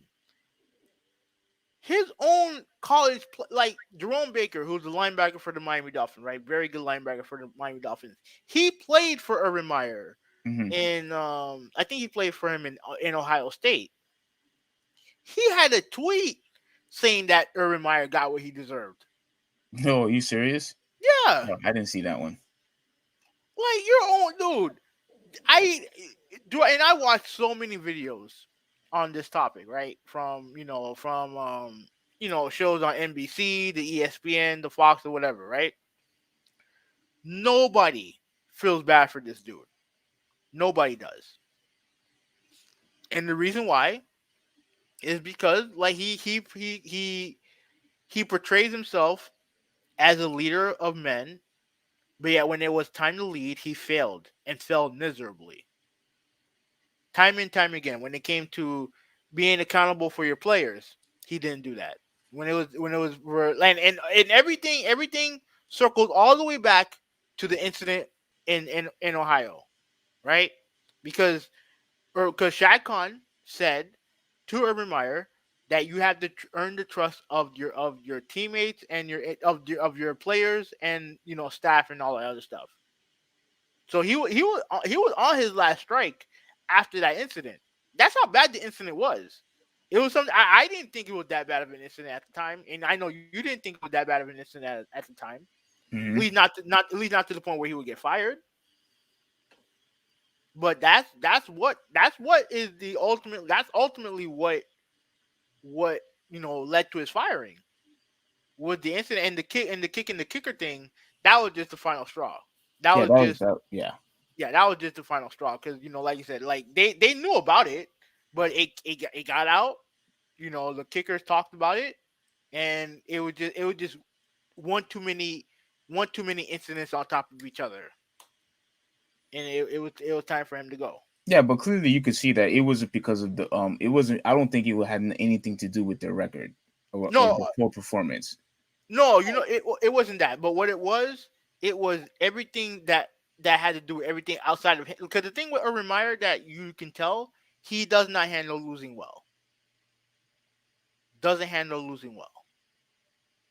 And in that sport, especially with that team, you inherited this bad team. They weren't going to get better overnight, and I think he thought that his methods were going to make them be better overnight, and it didn't. Yeah. And he does not handle losing well. And when you don't handle losing well, and you're doing all this stuff like you're trying to be the big boss and everything like that, you're trying to intimidate people. It doesn't work in the NFL. You can do that in college, but it doesn't work in the NFL because you're dealing with men. You're not dealing with boys. You're not dealing with that. You're dealing with men. Yeah, but And I think at the end of the day though, if the reason why I'm just like somewhat, whatever, regarding to this story is because if you didn't fire him because of, mainly, for football reasons, of how, the team, has been performing, then you truly didn't want to fire him in the first place. no, Because why would they want to fire him? Like, because look like you could just tell that team is just, like you said, was like what the well, hold on, I think Detroit's the worst team in the league right now, right? right now they're tied. Look, you tied with Detroit, a team that is known for losing, and you're not going to, fire him, for the sake of, for the sake of the team and how the team has been performing. Like, look, like, get out of here. All the stuff that he's been doing, outside of the NFL, like, not going with the team, in the plane, or, if he's, I don't look, I don't know what he's doing in his personal life with that chick, Mhm. or whatnot. But I guarantee all of those things had nothing to do with his firing. I guarantee it. No, it does have everything to do I with his think I firing. think I think I think the kicking obviously has something to do with it.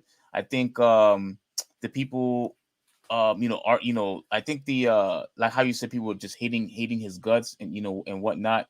And some of the stupid stuff that he did, like hiring Tim Tebow, like, come on, man. I forget, Yeah, like, you're basically setting yourself for failure. But I'm talking about the stuff outside of the NFL, like, like hanging out with that whoever that chick is. Like, no, I no, don't. no. That like the thing is not like that. That incident by itself wasn't, but it was the fact that he left the team to do that. That's what ultimately led to his firing. Because that pretty much told Shaq Khan that this dude's not 100% in. That he think that he can do whatever the hell he wants, which But was that was after the game was over, wasn't it? yeah, yeah. But like I said before, everybody goes back to their everyone goes to the plane afterwards, no exceptions. And he thought that he was the exception to the rule. Hmm. He thought he was the exception to the rule, and I guarantee you that rubbed a lot of people the wrong way, especially for a guy who has this ego about him. Like, yeah, like, and trust me, and I said this before, if it was anybody else, he would not be okay with that.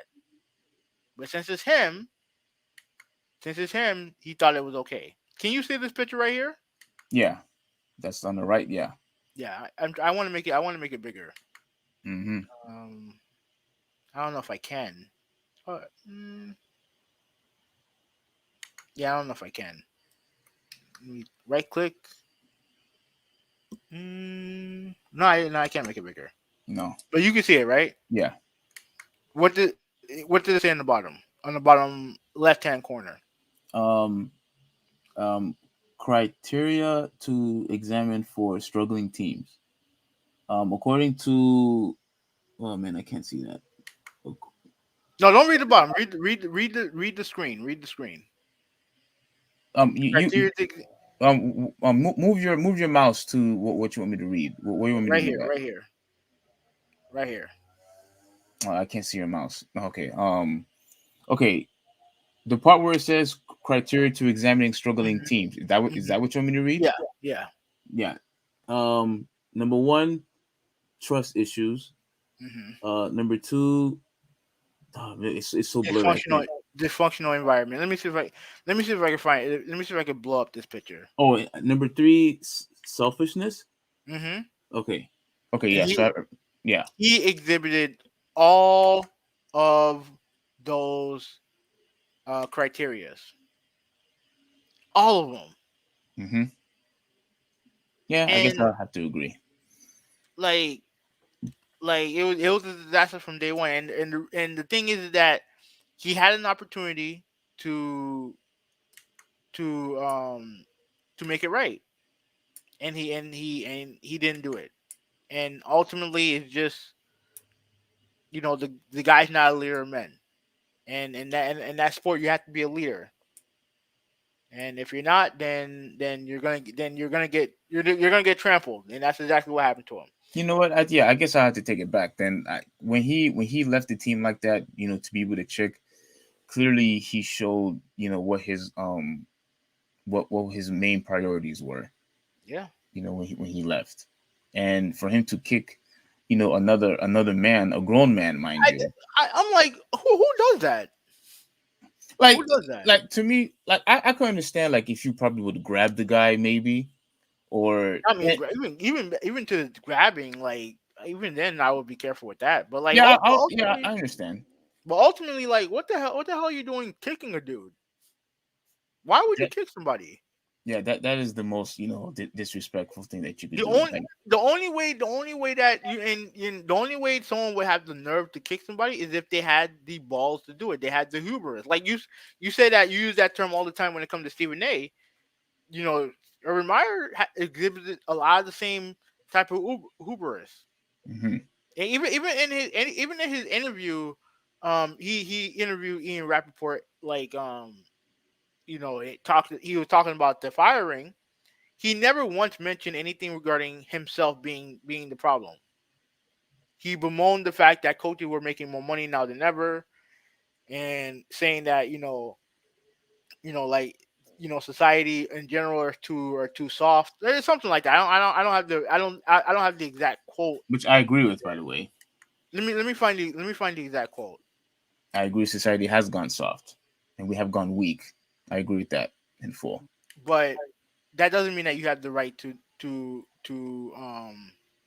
that doesn't mean that you have the right to demean people, insult people, anything like that. You don't have the right to do that. Well, do you honestly believe that nobody is doing that in the NFL? Like, do you honestly believe that as far as Kicking somebody? coaches? No, I'm not talking about the kicking. I'm just talking about the verbal.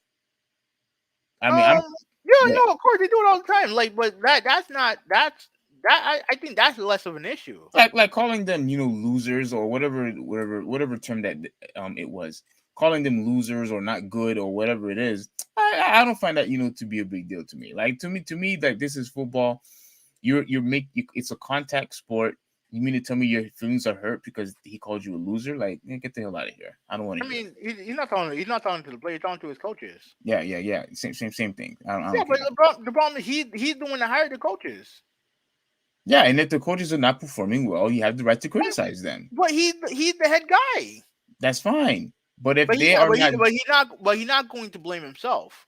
yeah, he should take responsibility for himself. I But agree he with you don't. there. But he don't. But he don't. Yeah, He that's the doesn't. problem.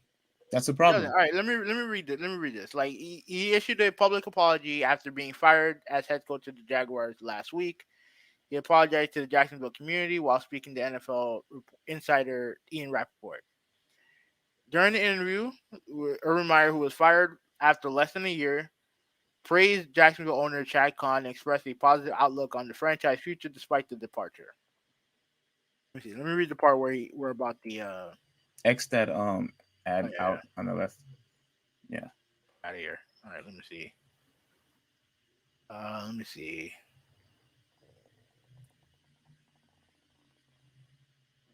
Like, okay, so this part's important to read right here when it came to how he handled losing, right?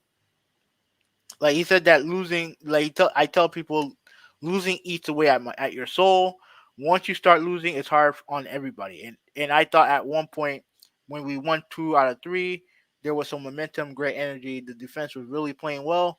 We were running the ball, and then when that dried up on us, then we started turning the ball over. We had that bye week, and then James Robinson gets hurt. Yeah, this dude did not handle losing well. Because remember, in college, he really only lost like The most games I think he ever lost was like 5 games. You know what I'm saying? Like in college, like he wasn't used to it. Yeah. So, I mean, I don't blame him, for that. Like, if you want to strive, for perfection, I think that's fine.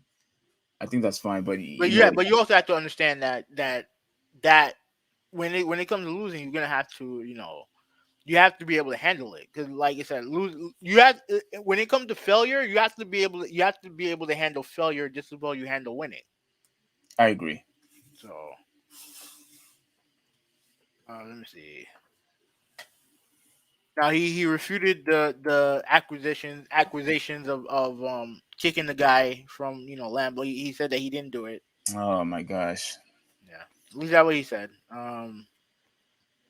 Like, you really can't make this stuff up. Like, if the guy is accusing you for kicking him, and now you're going to say that that wasn't true. I mean, obviously somebody's lying, but dude, just take the L, man. Just Yeah, take the L. I can't find the comment where he mentioned the coaches, but he did mention that the coaching staff.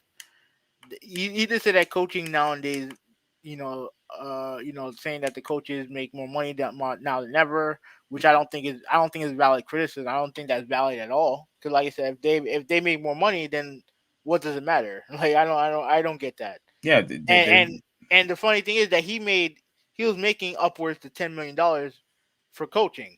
So why are you bemoaning the fact that these guys are getting money? I don't get that. yeah, I don't get it either. Like, who cares? Like, that, I don't think, unless he's insinuating of what remember when Ryan Clark criticized Antonio Brown, that once he gets his money, that Yeah. he was gonna, I'm assuming maybe that's what he means when it comes to the coaches, that they're No, getting yeah, paid more yeah. money and then they're not doing their They're jobs. not. Yeah, yeah. I think that's what you mean by that. But Yeah. at least with Ryan Clark, he actually ended up being proven right. Plus, he played with Antonio Brown. He's seen him. He see him every day. He goes up against him every day, Yeah. so he knows his personality. Me personally, like when it comes to like ultimately, you brought these guys into the building. You picked these guys, so ultimately that's on you. If you think that a coach is not like to me, the coaches are a reflection of you. Is a reflection of you. Yeah, but remember, he also picked Tim Tebow, and what did he do? He saw that Tim Tebow was not good, and then he got rid of him. Yeah, but he should have never been there in the first place, Yeah, right? that's true. That's And true. who brought him in? Yeah, Myers did. Yeah, like everything when it comes to coaching, everything is a reflection of you. Like when I don't know if you remember this, but when that Dolphins coach, O line coach was snorting coke in the office. I don't know if you remember No, that story. no, I don't remember, but go ahead. Yeah, it was during the Adam Gase era down here. Like ultimately, that's a bad reflection on Adam Gase. Could you have cokeheads running the O line and they weren't very good. You know what I mean? And so that was like okay, that it, you put two and two together. Hmm. Obviously, the O line's not good because they're playing because they got their head coach snorting coke in the office trying to sending videos to strippers and hookers and shit like that. Oh my god. Yeah, so it's like Oh to me, man. leadership, like the actions reflect leadership, right? And if these coaches are not doing the job because you're losing, which is something that it's going to happen in the NFL. You're going to lose in the NFL. It is what it is. But if you're putting all that on the coaches, then that just shows such a lack of it shows such a lack of integrity in my opinion. Because at the end of the day, you hired these guys. You hired these guys, and it's supposed to be. It's supposed to be like you're all in this together, but yeah, all you're doing is pointing out the flaws in what they're doing. Yeah, pretty much you hired these guys, and then you blame the same guys that you hired, and you didn't want to take any responsibilities of the things that you have done wrong. So Exactly. I see yeah, I see where you're coming from. Exactly. So yeah, so like he's fired. He's arguably gonna go down as one of the worst coaches of all time. NFL coaches of all time. So it is what it is. Yeah, Okay. he might go back to college. I don't know. Yeah, I think that's exactly what he's gonna do. Not right now. Yeah. I think he's gonna go. Trust me. There's gonna. No, I don't think he's gonna go to a major college At least not right now. But when he's gonna go to a small college, and AD is gonna be like, yo, we need some buzz. So then I think he's gonna be back in college before long. But even then, it's not gonna be easy for him in college either, because like I said, players now are getting money, and players now, like, if they don't like the coach, and trust me, if you think NFL players are softer now than ever, trust me, what do you think guys coming out of high school are gonna act like? You know what I'm Oh saying? man, that's yeah. Oh my gosh. So yeah, man. So all right, so like I said, that's the Urban Meyer disaster timeline. I'm done with that. Um, if you want to share, I don't know. You have an article on Steph Curry? Before we go to Steph Curry, I wanted to address this. This is just gonna be really really quick, really quick. Mhm. Wait. You want to do it before the? Oh yeah, that's right. Oh yeah. We don't have any more football topic. Yeah, okay, yeah. Go ahead. Yeah. This is the no. This is the football topic, kind Yeah, of. go ahead. No, yeah. Go ahead. Go All ahead. right. So this is regarding let me share this. Now again, this is just going to be real quick. I just want to just give some recognition. That's it. Mm-hmm. Yeah. Go ahead. That's Do your that's thing. Do your thing. that's pretty much it. So right here, oh hold on, is it this one? No, whoops. Right here, former Denver wide receiver Demaryius Thomas, 33, found dead in his home. Police says. Can you see it? Mm-hmm. Yeah. So yeah, I really don't want to read all of this, but pretty much like the reason why I'm mentioning this is only this for the simple fact that I was a fan of his. And when Peyton Manning went to Denver, and he had that the neck injury, and I felt that what the Colts did to him, basically was a low blow, Mm-hmm. and I think they really screwed Peyton Manning over after all he has done for that organization. So I was cheering for Peyton Manning to win a Super Bowl, and Thomas, to me, I believe he was drafted. Yeah, he was drafted. With I think with Des Bryant, and he was actually drafted ahead of Des Bryant. The Denver Broncos had drafted him. Ahead of Des Mm-hmm. Bryant, And he and has a better career than Des Bryant too. yes, and one could argue that he could be like the top three, top five, wide receivers in the league at the time. Oh yeah. If you look at, and I didn't realize this, but you look at his numbers. His numbers are really really good. Sensational numbers, Mm-hmm. sensational numbers. Like you had guys like him, you had guys like Des Bryant, obviously. You had guys like Julio Jones. He was like right there with those guys, and Yeah, it was. and better. I mean, But to me, well, Julio is a step above, but like Demaryius Thomas was right there. yes, Yeah. yes. So yeah, he I just felt bad because as you can see, it says he has died at age 33.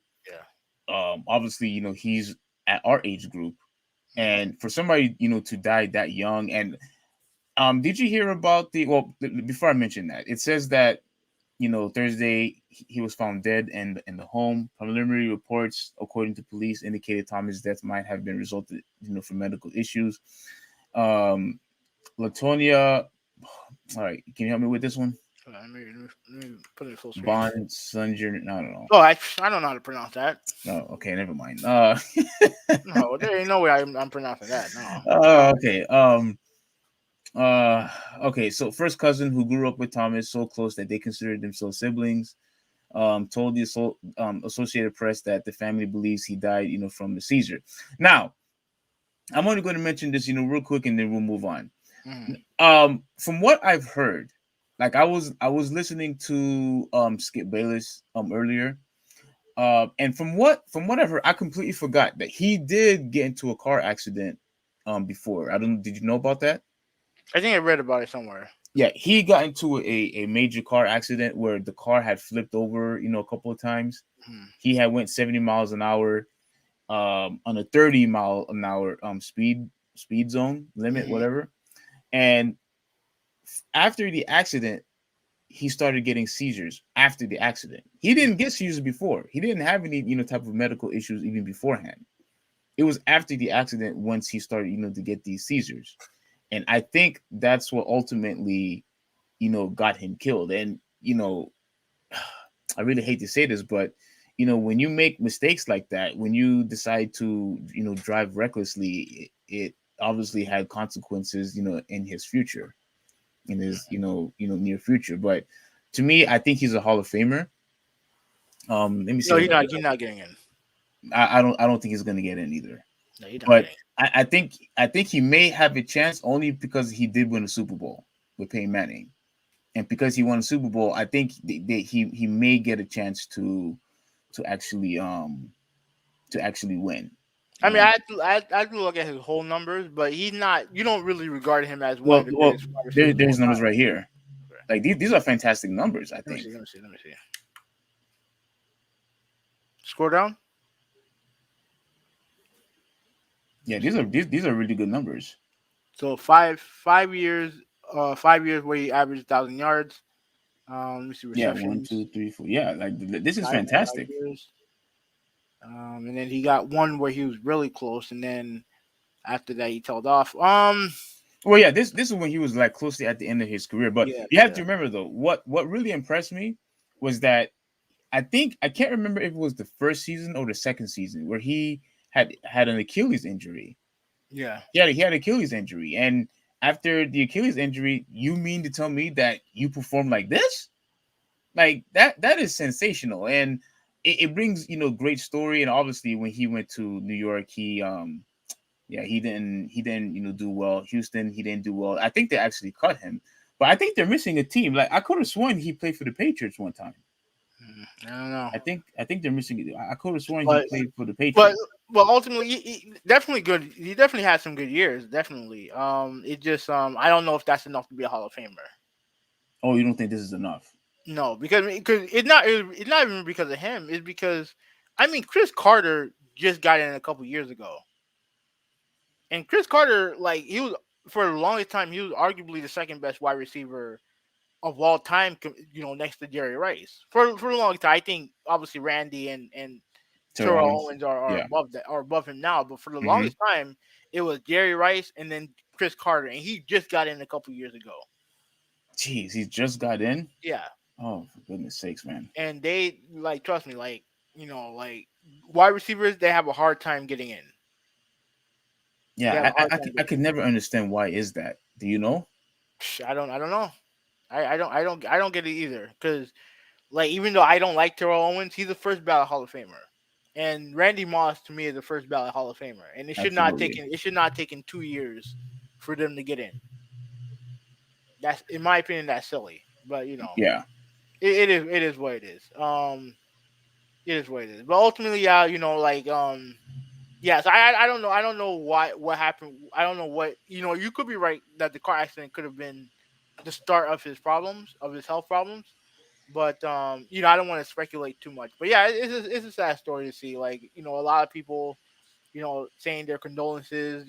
Telling stories about how what a good person he was. Yeah. And 33 is a bad age. Oh my, it's a It's terrible age. yeah. And look, I know people personally who has died in their 20s, and I actually gone to a funeral to one of the friends. You actually know him, but I'm not gonna mention his name here. But his brother had died, and he was in his early 20s, Yeah. like early 20s, when he died. So like yeah, unfortunately a lot of young people have died, but this guy, I remember Peyton Manning. Oh, I think it's right here. Oh yeah, look, this is what Peyton Manning said. Um, you know, hold on, let me make sure. Okay, Hall of Fame quarterback Peyton Manning, who played with Thomas for 4 seasons, also released a statement early. DT was a better person than he was a player, and he was a Hall of Fame player. Manning said that tells you how good of a person he was. He Mhm. treated my kids like they were his own. He was there for every teammate's charity event. Absolutely devastating. So yeah, so when you have somebody who not was only good on the field, you got somebody who basically was a representation of perseverance, because he had the Achilles. Because you mentioned that with Kevin Durant, how he Mhm. had his Achilles, and how even someone like Kobe Bryant couldn't do it. But you see someone like Kevin Durant doing it, which everybody applauds him for doing that. Mhm. So Demarius Thomas, he does that, gets stuck. No, keep going, keep going. Oh, okay. So he gets multiple thousand yards, and for this guy to get an Achilles, be in the same elite I guess stance as a Des Bryant, as a Julio Jones, as who else was really good at that time? AJ Green. Um, who else was Antonio Brown there at the time? I can't remember. Uh, yeah, yeah. Yeah. So like this guy was absolutely sensational on obviously on the field, and you see what Peyton Manning said, how he was off the field. He was a good guy.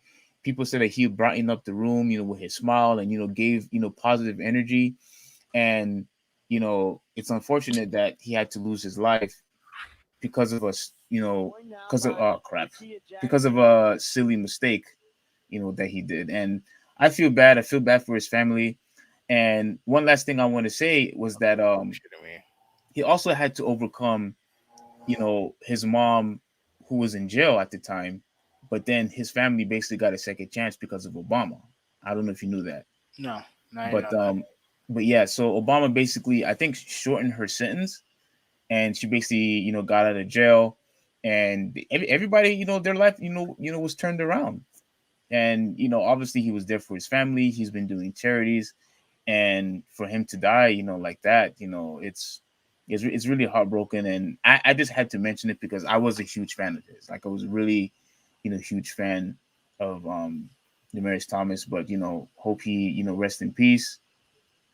I hope he's with the Lord, Jesus Christ. And yeah, I hope wish his family well. So that's pretty much it. Hmm. All right. Well, we can talk about Steph Curry breaking the record. Yeah, so here we are. So Steph Curry, tribute. Oh, hold on. Is this the right one? Crap, I don't think this is the right one. But okay. As you can see, Steph Curry is in between, Ray Allen and Reggie Miller. So he's basically, the number one, 3-point shooter of all time. Now, this is what I want to mention to you, having now. As good as you say that, okay. No, I don't want to make this a debate with Kevin Durant or Steph Curry. I'm not gonna do that. I'm not going to do that. But to me, with this record that he has, I'm not interested in reading the article. I just want to make this quick point so we can Hmm. move on, right? Because you have to go. With him um being the number one at any category, but he's number one with the 3-point. If he could win one more championship, I would put him as in the top 10 of all time, which means he'll be higher than Kevin Durant, in my opinion. If he could win one more ring, along being the number one 3-point shooter, I believe that Steph Curry will be Have in I the ever said top that Kevin 10. Durant was a top 10 player of all time? No, no, but I think you said he's close to it. Like, didn't you say if he wins like a ring or two? I I don't can't know. remember. I don't know. I don't remember. I But can't. Go ahead. yeah. But you continue. You can go. Yeah.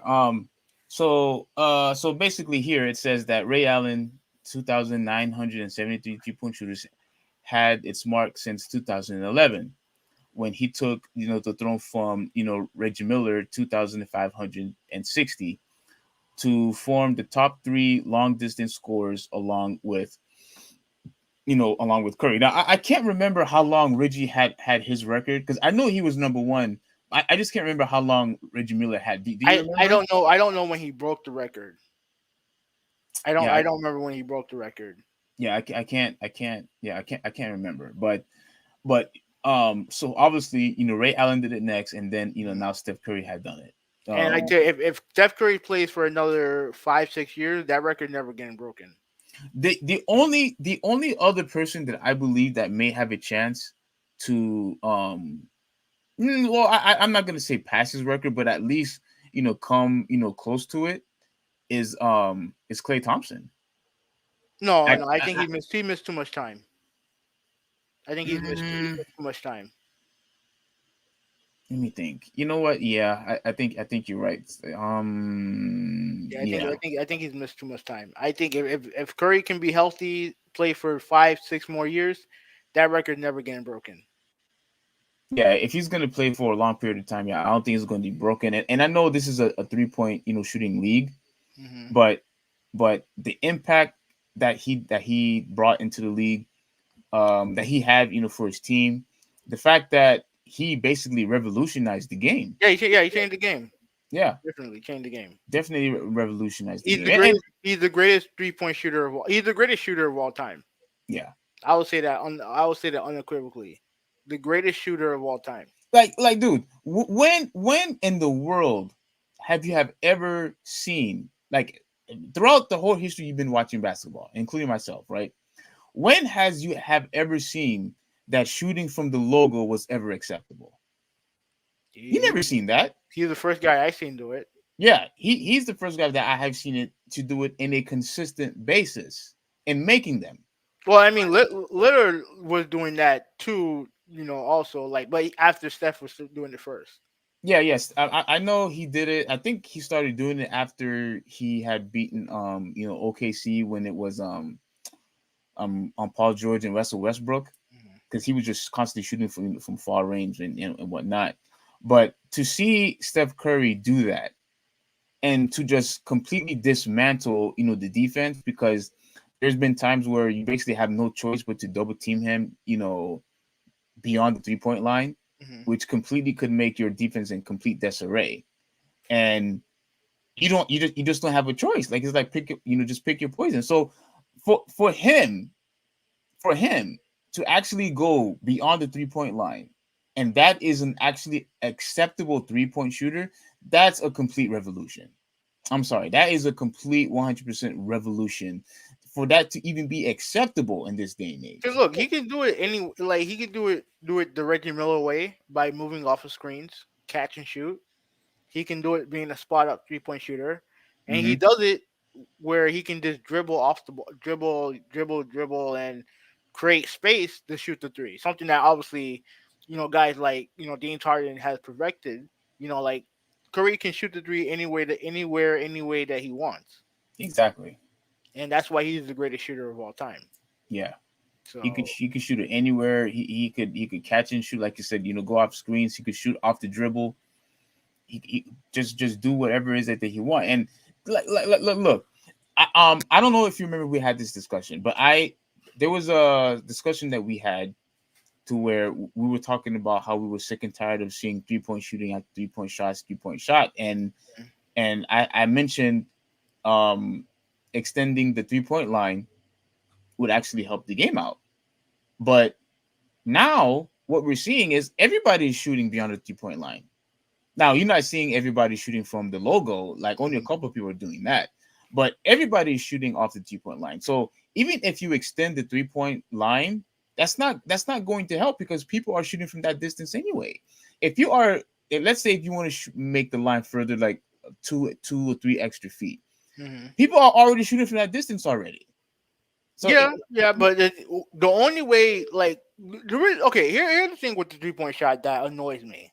mhm, The thing that annoys me about the 3 point shot is when they're in a fast break and they shoot the three instead of going for the easy two.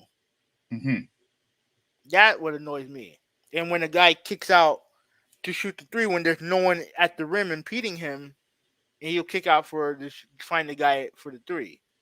yeah. Those are the only two instances where it annoys me.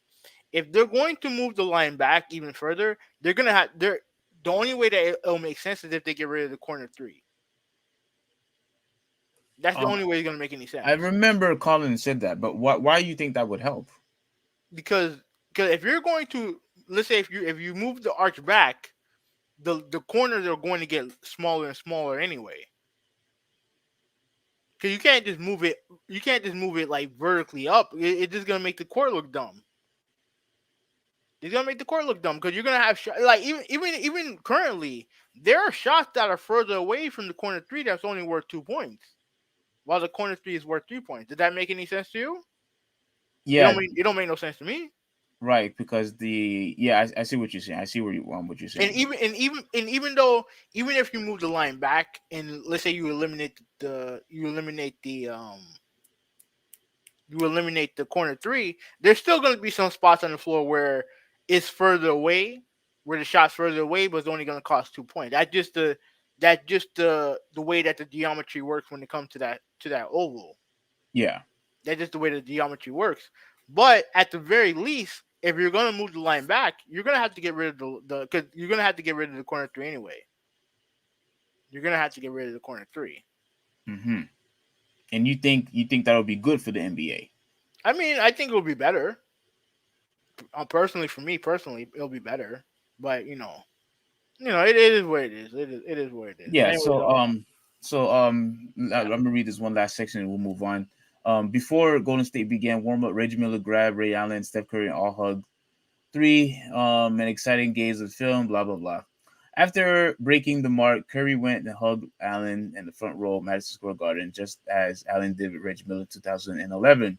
Yeah, I actually remember that moment. I don't know yeah, if you saw that. yeah, I Oh, do too. But you can okay. tell that the record meant a lot to Curry. Oh, absolutely, Yeah. absolutely, absolutely, absolutely. Um, but I do remember the moment, like yeah, Ray Allen, he went to Reggie, and they did their thing. It wasn't as passionate as this one was, Hmm. because it was I guess it was just like a real quick congratulations and whatnot. But when he was playing at home at TV Garden, okay, whatever, and yeah, and then they had the little interview, and that's pretty much it. So yeah, so Steph Curry, he's the number one guy. Um, right now, his I think his team is in second place, or they're tied, with the Suns, Hmm. and he's just been completely dominating the league right now. Now I know you're gonna say Kevin Durant was also dominating the league, which is fine. I'm not knocking that at all. But for right now, in my opinion, he's the best player in the league right now. He's obviously the best shooter, in the league. To where, again, if you could just shoot from the 3 point line and then shoot from the logo at will at any time you want and make them in a consistent basis, that's just he. You might think I'm being hyperbolic about this, but he's kind of going, beyond basketball. And let me tell you what I mean, and then we'll move on. When you look at the 3 point shot, obviously it's supposed to be difficult for you and for the shot to go in because you're shooting further away, right? So Yeah. the thing is, it you have to add resistance for it to actually mean something, if you know what I mean. Like okay, for example, like when you watch the All-Star game and they're not putting any liquid defense, Hmm. and when you don't see any type of resistance and it's too easy to score, it just doesn't mean anything. Like it just this is where Steph Curry is basically putting himself in. He's putting himself in the position to where his shot is so gifted, is so good and so talented that it's just going beyond basketball itself, because he can shoot anywhere he wants. Like it's like basically saying there's no resistance for him anymore. I don't know if you understand what I mean. I I mean, don't I, know. I guess I get the idea of what you're saying, but there's always going to be, if you're playing in a real life game, there's always resistance. Oh yeah, there's always resistance, but what I'm saying is he's doing it in a consistent basis, and for him to shoot beyond I the mean, that's three why point line, that's why he's the greatest shooter of all time. Because yeah, even so with resistance, like it's easy for him. it's easy. Well, Like the guy is only like what, like 6'3". He's barely taller than me, and for him to be this dominant, and and remember his dribbling is sensational also. hmm I love his dribbling, and he's like so smooth, with his footwork and everything. yeah, but This guy is absolutely one of the greatest talent that I have ever seen in my life. Because I once again, agree. I'll say it one last time: to shoot that far consistently and make those shots, like how the hell can you practice that? Like how, like what muscle memory can you have? Like how in the world are you able to measure the distance to have the exact same arc, the exact same power and velocity to make it from that range in a consistent basis? Like I just don't get it. I don't get the physics and the mathematics when it comes to that. Like I don't. That what So makes him one of the greatest of all time. yeah, so all in all, I just want to give him some recognition. Like this dude is, sensational. Reggie Miller obviously was good. Ray Allen, is good. But right now, and I'm pretty sure I'm going to say this, I guess for all eternity, this dude will be the number one guy when it comes to the 3-point shot. He already So is. yeah, what I'm saying for eternity though. Like I think you're right. I don't think anybody is going to pass him. I don't think it's going to be Damian Leonard. I don't think it's going to be Kevin Durant. Like you said, it's not going to be Klay Thompson. Tyler Hero, no, I don't see it. No, I don't see anybody. no, I don't see anybody. So no. Like the closest person that I think a lot of people are gonna say is Trae Young, and I don't think Trae Young is Trae Young. He's a very good player, but he's nowhere near as good as Steph Curry. no. I don't think he had the same overall basketball skill as Steph Curry. I don't think he's as good as a 3-point shooter as Steph Curry. I don't think he's gonna do it either. But it is what it is. But so shout out to Steph Curry. Mm-hmm. The greatest shooter of all time. Now, Yeah. last topic is actually multiple. There's gonna be lots of things to talk about with this topics, but we do have to hurry up because I do have to go to work. Yeah. Now, obviously, we're COVID. 2 hours in, so okay. Yeah. So COVID's run rampant on sports in general, right? You got NFL teams, they're rescheduling games. I think there's a game going on right now on Tuesday. On a Tuesday. You know who's playing? I think right now I think it's Seattle and no, right now I think it's let me check the guy real quick.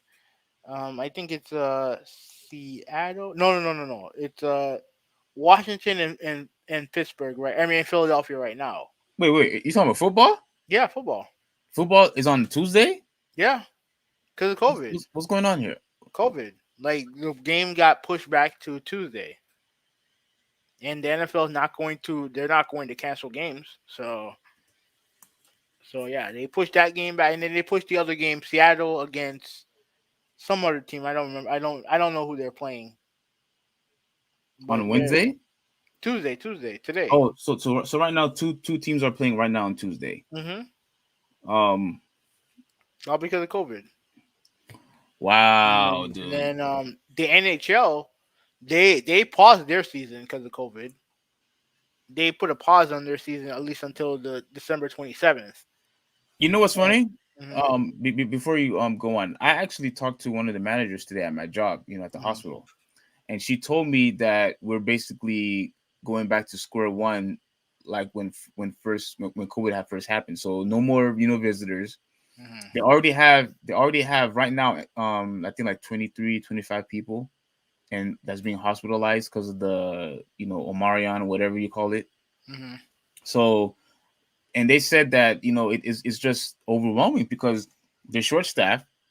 They don't have enough people. People are gonna, and now they're gonna be even more short staffed because they don't want to affect all the suites, all the offices. Yeah. So now people are gonna have to work from home, which means more people are gonna be short staffed. Mm-hmm. So it's the manager basically said that this is just like an awful week for her because she doesn't know what to do. Yeah, it's gonna be an awful week for me too. But we already discussed that. Yeah. So and then with the NFL, you got players one by one getting COVID, getting tested for COVID. It's a disaster, and I think the league that it has affected most has been the NBA, right?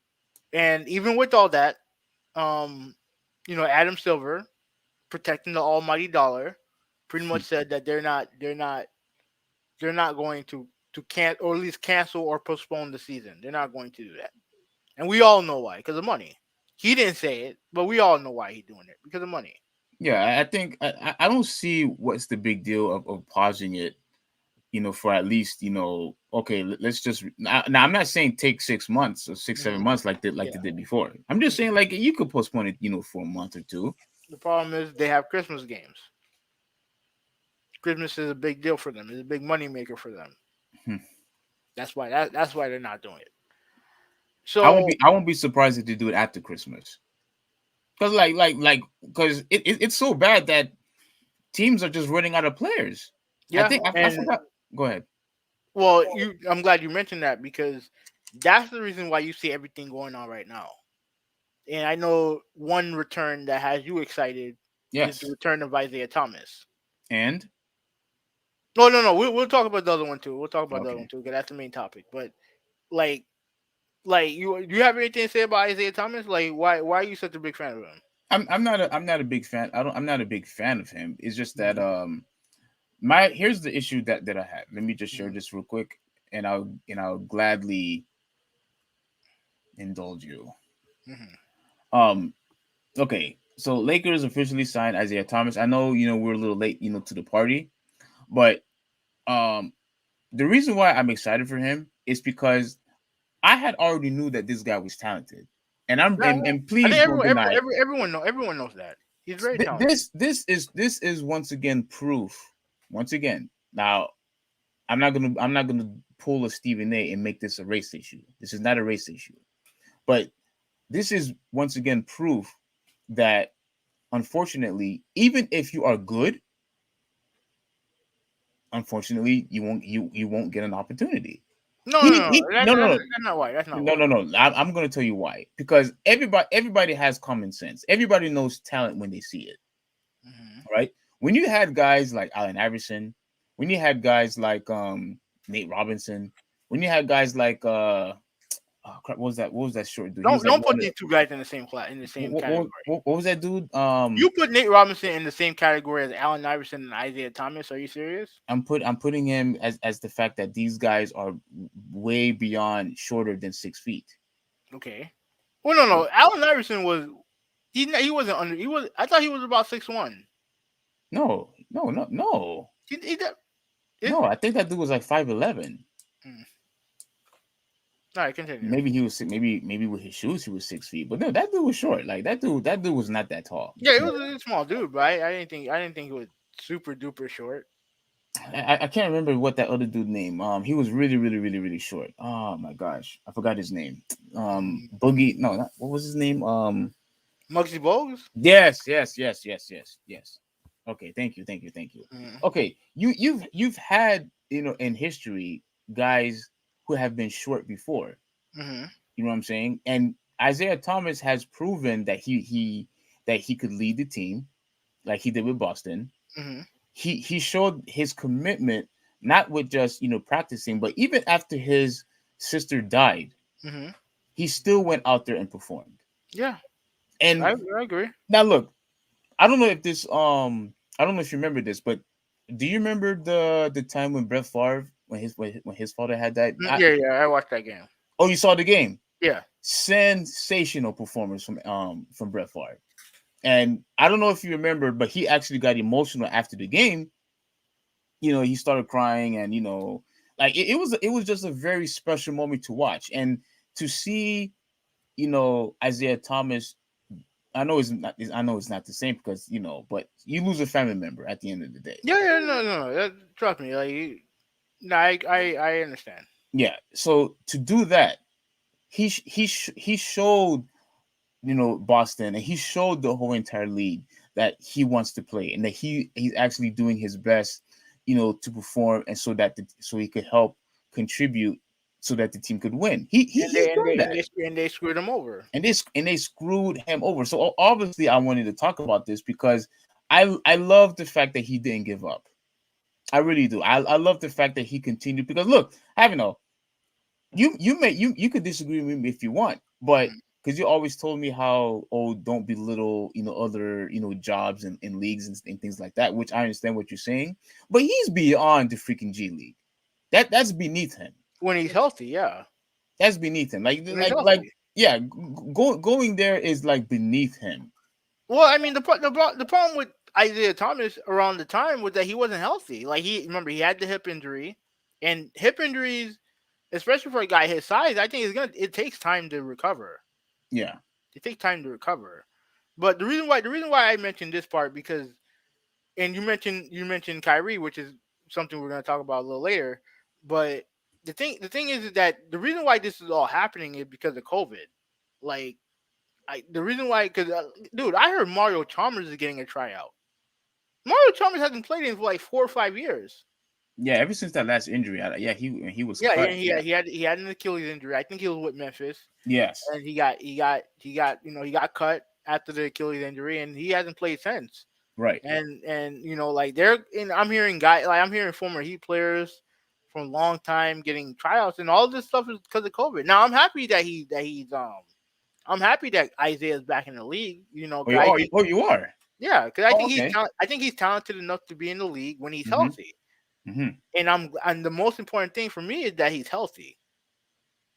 Because no doubt in my mind he got screwed over by Boston because they Absolutely. wanted. I think they traded him to Cleveland to get Kyrie. Yeah. Yeah, so which in theory I get why. 'Cause, Kyrie is a better player, but like I said, they didn't sign him. I don't think they signed him to a big contract, and he never got the big contract that he deserved. Right. Never got that big contract, and I don't know if he'll get it now because like I said, he's older. And you never and obviously, I mean, if you look at his stats in that G League game, like I think he got like 40 something points. That's why I said it's beneath him. Yeah, so like, but I am happy that I am happy that he's in the league. Now with all this COVID stuff going on, Wait, if you're so you're happy that he's in the league. Do yeah. you do you think he deserved to stay and that he should get more than just a freaking 10-day contract? I Well, need to know. well, he has to prove that he can play at the NBA level. Well, he's already doing that. He scored 19 points in his first debut. Oh, that's fine. That's fine. That's fine. But remember, like once everything come back to normal, then they have to make space for him.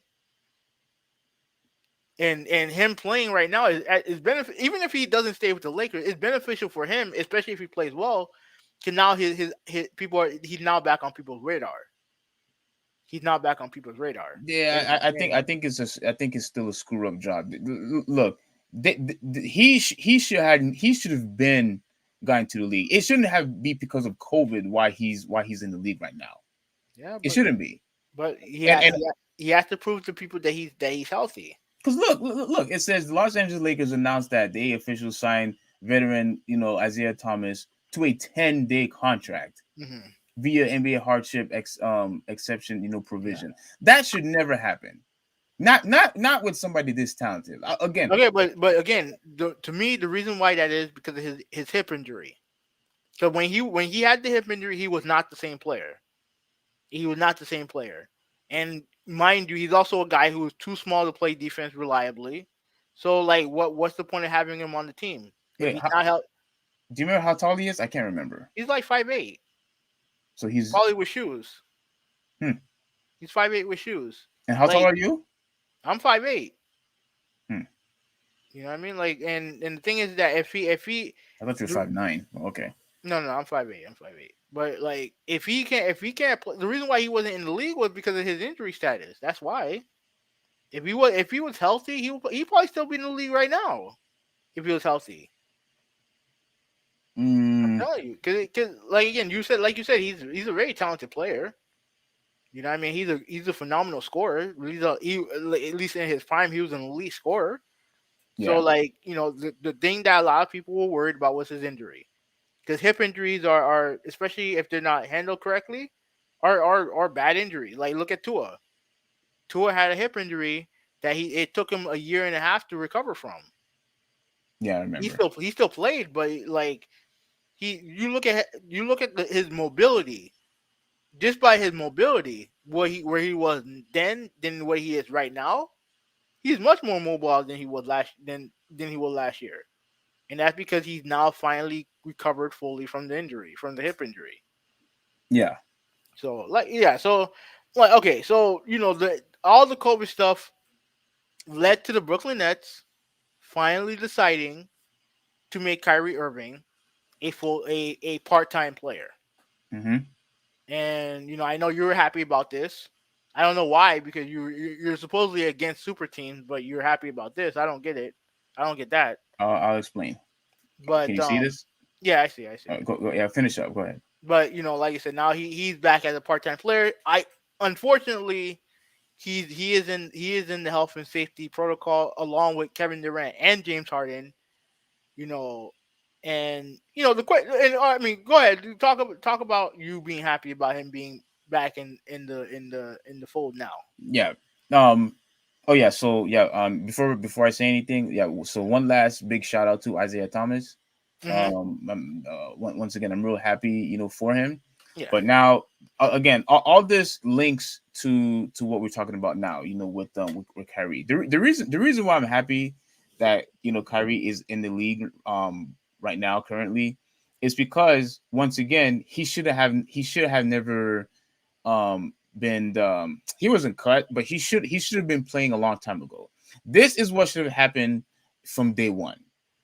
Day one, if he doesn't want to take the vaccine, and because you have outside interference, from the state that you got to be vaccinated and whatnot, and yet you still have other players, other stars who are not vaccinated, but yet they get to play. Because they They don't get play to in New York. Right, because they don't play in New York.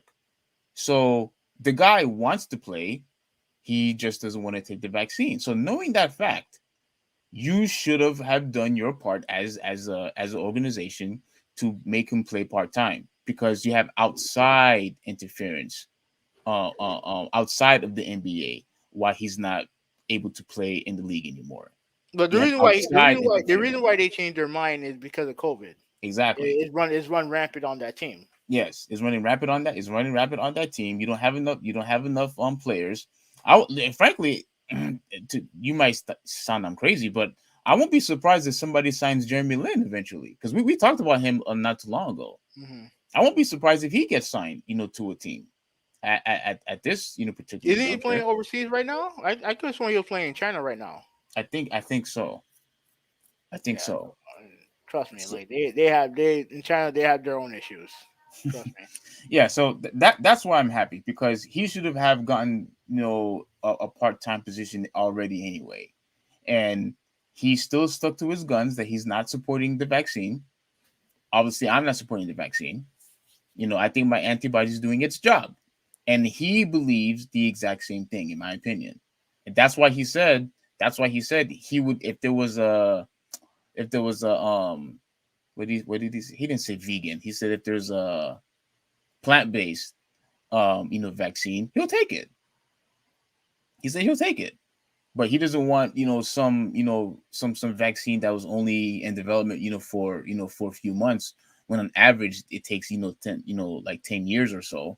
So he doesn't trust it. He doesn't want it in his body, but he still wants to play. He still is committed to play, but his safety comes first. His body comes first. You always in that same stance as well, that your health, your safety comes before at any job. Any job. And that goes for me. That's why I'm not taking the vaccine, even though my job requires it. I'm not taking it. So if he doesn't want to take the vaccine, he should not be punished if he truly has a choice to take it or not take it. If he has the choice, like you said that he does, he should not have been punished but not be able to play in the NBA. That's my opinion. So do you want me to read this real quick, or you have something to say? No, read what you gotta say.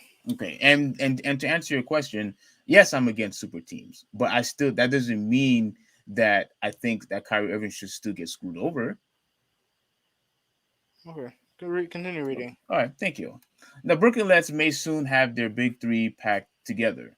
Kyrie Irving, who has not played this season due to unvaccinated status, has started the process to return to the Nets. The team announced on Friday. Irving does not plan to get vaccinated. Good, because I'm not being getting to get vaccinated either. Which means he will return as a part-time player, which something that should have happened a long time ago. Adrian Wojnarowski. Wojnarowski. Okay, I was close enough. No, you weren't. Huh? No, you weren't. Yeah, He's the premier NBA reporter. You should know his name right now. I still can't pronounce his name correctly. You just call him Woj. Hmm? You can just call him Woj. You still would have said I got it wrong. No, just say Woj. I wouldn't know. I wouldn't know who we were talking about. Okay, you would have corrected me. I guarantee it. That's how you are, which I appreciate actually. Of ESPN. At this point, it is unclear when Irving will get back on the court. The Nets will need to assess his fitness level and he'll have to go through health and safety protocols, which includes extensive COVID-19 testing. which he And failed. yeah, which he failed. And once he's been cleared, he will then only be allowed to play on road due to New York vaccines mandate. You see, having up due to New York's vaccines mandate. It's just unfortunate that he plays for New York. He plays for the Nets, and that's just unfortunate. That's why he's being being punished. It's not because he does not want to play. But let's move on. In any case, the key fact here is that the roster with the roster in disarray due to injuries and COVID, and the season not going quite as smoothly as they hoped. They're The the number Nets, one seed. What the hell are you talking about? yeah, you're right. Yeah. um, the Nets have backed off from their stance that Irving would not be allowed to participate as a part-time player. He will at some point play basketball this season. As Irving makes his way back, here's everything you need to know. And I guess this is there's more, but I don't feel like No, reading no, all the this. overview, the overview. All right, here's my opinion on this. Right. Mm-hmm. Okay.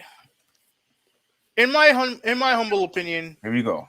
the Nets, they decided that now if you're gonna make this decision to make him a part time player, you can't go back on it now. Once everyone comes back, you can't go back. He has to stay. He has to stay that way until something changes in New York, which based on the COVID number, that's not gonna happen. Mm-hmm. Right now, do I think that the Brooklyn Nets look like idiots doing this? Yes, they do. Wait, what? They look like idiots doing this. You say they look like idiots doing this, Yeah, knowing that they're short on players. yeah. Everyone's short on players. So what Everyone what's is so why did it look stupid? because it looks dumb because you essentially hired a part time player. That's what you did. Because once everyone comes back, since everyone's vaccinated, all they need to do is provide, I think, one negative test, and then they're back on the team. He can't do that because since he's not vaccinated, I think he has to show like I think he has to be negative for consecutive days. I don't know how many days that is, but he has to be negative for consecutive days. You have Mm-hmm. a player who right now could be your second or third best player who can't play the vast majority of your home. You can't play the vast majority of your games. Because of New York. At the end Right. of the day, they can't play. It doesn't matter why he can't play. The fact that he's not going to be playing in New York, Mm-hmm. right? And you're gonna have road trips where he plays for you, and then when you're at home, you have to change your lineup. You have to do this. You have to do all this changing because homeboy don't want to get a shot. This is everything that you wanted to avoid. Now because you're in desperate need for players, then you decide to bend to the knee of Kyrie Irving so that you can get people on the court.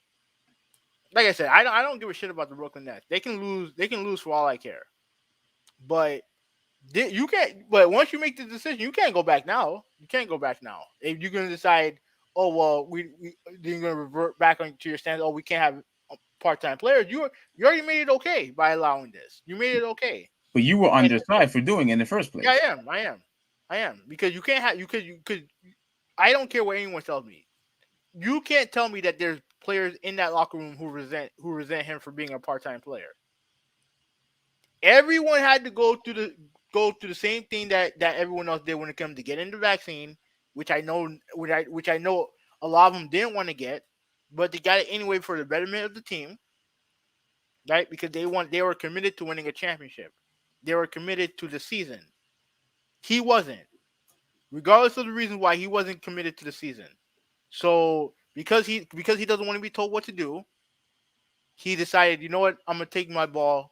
Well, they decided, you know what, you can't come back, you can't come in as a part time player. Now they change it. Now all of a sudden, now since you change it, you can't go back because you're gonna look even more foolish than you do now. You can't go back. You allowed him to be a part time player. You're gonna have to live with it when he's on the road for 5, and then he can't play a homestand. Right? You deprive the fans of seeing the team that you guys built because because of everything going on with the mandate, him not wanting to take the shot. If you think that's not going to rub some players the wrong way, I don't know what to tell you. But this is when it blows up in their face. And like I said, I don't know if it will or not. Because I think they're good enough even without Kyrie to win a championship. But if it does blow up in their face, all I'm gonna do is laugh and then move on. That's Okay. all I'm gonna do. They Um. can laugh and move on. Okay. I don't think they look dumb. I don't think they look foolish. I don't think they look like a bunch of buffoons, like what you're trying to say. They're not numbskulls. The reason why I think they're doing a very this is a good idea, is because of the simple fact that, as I said, they don't have anybody. They don't have their star players anymore. I mean, right now they don't have him. He's in health and safety protocols right now. Yeah. But And a guy like him, who has shown in the past that I'll go out on no mask whatsoever, and what if he gets COVID again in a little bit? Because I think he's had it before, and he's not going to be careful going out. He's already shown that.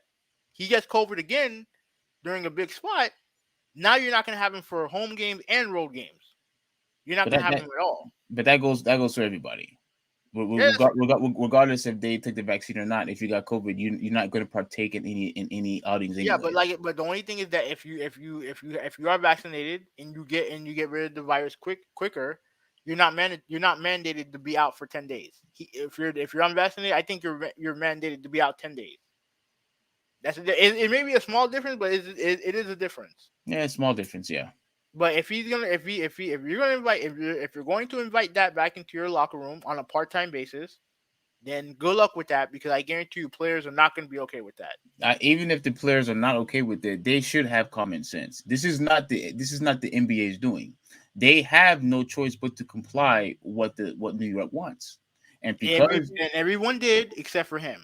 And they're going to resent him for it. Then you should have never said that we have you should have never said that we have a choice. Don't say that we have a choice if that's the case. Don't say we have a choice. But because you said that we have a choice, and then you get upset because he didn't make the decision that you want him to. You wanted him to be committed to winning. That's what you wanted him to do. And he did not do that. Which means take something by force. I mean, take something by force. Yeah, take something by force. But the thing is that if he didn't want to take it, he's more than happy not to take it. But they're not. But they said that they weren't going to make him a part-time player. Now they make him a part-time player. So all this stuff now is new. It don't matter anymore. So if they bring him back part-time, then he has to be that way until something changes. Well, if all your players come back and you decide to go back on your stand, being like, oh well, since everyone's back, you have to go back home. No, that's bullshit. That's complete bullshit. No, if you're going to make him a part-time player, then he has to stay a part-time player. Well, how is it BS when you supported them anyway? You supported that stance. Yeah, I supported the original stance, but if they're just bringing him back just so they can get bodies, and then they decide, oh well, we got everyone back, you can go back home. No, that's bullshit. That's bullshit. The unprecedented part is him being a part-time player. That's what they didn't want. But if you're going to allow him to do that, then you have to keep him that way.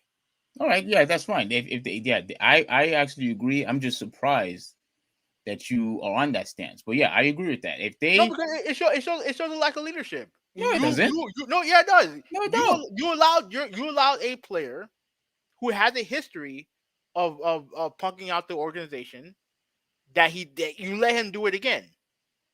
You allowed him to punk the organization once again. And to me, what showed leadership was doing the thing that was you're not a special exemption from everybody else on the team. Everybody else on the team, everybody in the organization got the shot. You didn't get it, so we're not allowing you to be part-time. All the turbulence and mishaps that he had caused, in the recent past, I agree with you with. All this is connected. Everything is connected. No. I don't connect this to the vaccine. Everything is connected. No. Don't connect this to the vaccine because everything his behavior is connected. No, but I can do what I want. I'm not like I can do what I want. I'm above the team. Everything is connected. No, no, no, no, no. Everything else before the vaccine valid, granted. But when it comes to taking the vaccine itself, that's exclusive. You can't compare those two. You can't compare the vaccine with everything else. Everybody on the team got the vaccine Okay, except for fine. him. Okay, that's fine. But Okay, then but don't. Okay, not I guarantee you, not everyone on the team can take time off because because his feeling got hurt one day. Not no. everyone can do that neither. Yeah. That's fine. But that's why Kyrie Irving, he showed lack of leadership when he did that. But He's with not. He's this, not. He's not. No, he's not a leader. Like okay, let's cut that crap right now. He's not a but leader. with this in this particular instance, him not taking the vaccine has nothing to do with him not wanting to play basketball or partake in basketball. All it And has I to and I do is and I that and he I just and I, doesn't dis- want and to I take the disagree. vaccine. That's And I it. disagree. And I disagree. But we're gonna go in circles on this.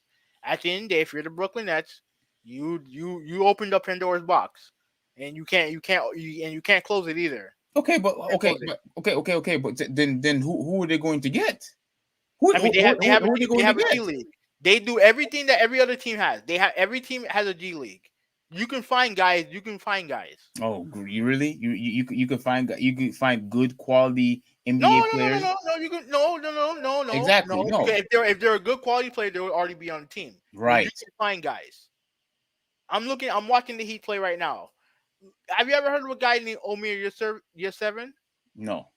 Okay, Have he's you? playing right now. No, not until this year. No, not until this year. No, like our team right now are dealing with a bunch of injuries, and they have a couple of guys out for COVID. But you know what they do? They develop players in their G League. So they bring guys in to fill in the void for Jimmy Butler who's hurt, for Bam Adebayo who's hurt, for PJ Tucker who got hurt in the last game.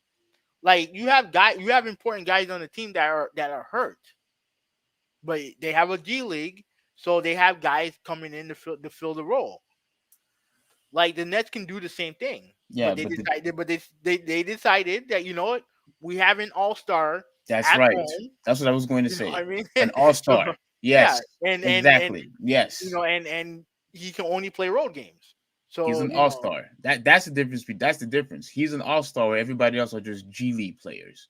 that's fine. G League players or Including all-star. Who Isaiah you going Thomas. who you going to pick? Who I'm you gonna going to pick. pick? Me personally, if I'm the Brooklyn Nets, I'm picking the G Leaguer. No, you're Why? not. Yes, I am. Why? Because one, I have players good enough to survive it. I have players good enough to survive it. Me, if I make a decision, I'm gonna stick to my guns. I'm gonna stick to my decision. Hmm. That's what leadership is. Making a decision and sticking to it. Not giving in to one selfish player's demands once you're in a bind. That's what I'm not gonna do. Yeah, but again, it's not giving in into his demands. He never said that he wanted to play part-time. He never said that. All he wanted to do is play basketball without the vaccine. That's it. That was his only stance. That's what his beliefs was. It has nothing to do with him not wanting to play basketball or At the end of partake the in day, basketball. what's the reality of the situation? He can only play road games. Yeah, he could play. And He you could play and you road and games you and you because made and you made the the decision. state No, no, didn't wait, have wait, a choice. wait. Let me finish, and I'll let you say this. The reality is he can only play road games, and you made the decision that we cannot have part-time players on the team. We have players who took the vaccine. We have employees and staff members who took the vaccine, and you have one guy who decided not to for whatever reason. If he decided not to do it, that's fine. You also decided at that point in time that we cannot have part-time players on our team. But then you decided because you're missing players because of COVID that you know what let's go against everything we said and give in to his demands. That's what the situation is. What demands? What demands? The demand to play without the vaccine, which is Exactly. something that no other player had that opportunity to do. No other player had the opportunity to do. You talking about If in the if, state? if, if, if everybody on You that talking team about in New decided, York? yeah, if everyone on that team decided, you know what, I'm not getting the vaccine, what are the Brooklyn Nets gonna do? What are they gonna do? They're gonna have to forfeit the season because the New York mandate is not gonna change for them. It's not gonna change for one organization. If everyone did what Kyrie was gonna do, they would forfeit the season. No, they would, like you said, they would just go after all the G League players. That's what Yeah, you but said. they're not. But they have they have a limit of how many players they can at least when the season started. I'm talking about when the season. I'm not talking about now. I'm talking about when the season started. If everyone decided to do what Kyrie did, the season would be forfeited. They would have to forfeit the season because you can't have if you have all the players refusing to take the vaccine, they would have no season. No, only New York and I think what California. Listen to what I'm saying. If everyone did what Kyrie did, they would forfeit the season. Why? Because you can't have a team only play road games. You can't have a team only play Okay.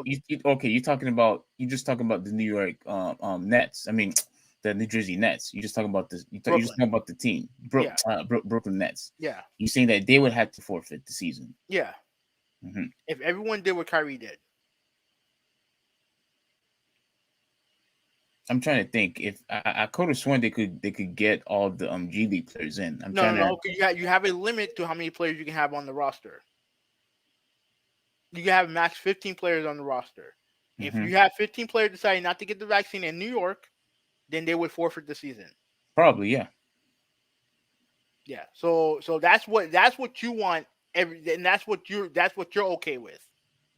Yeah, if you don't want to take the vaccine, yeah, I'm perfectly fine with it.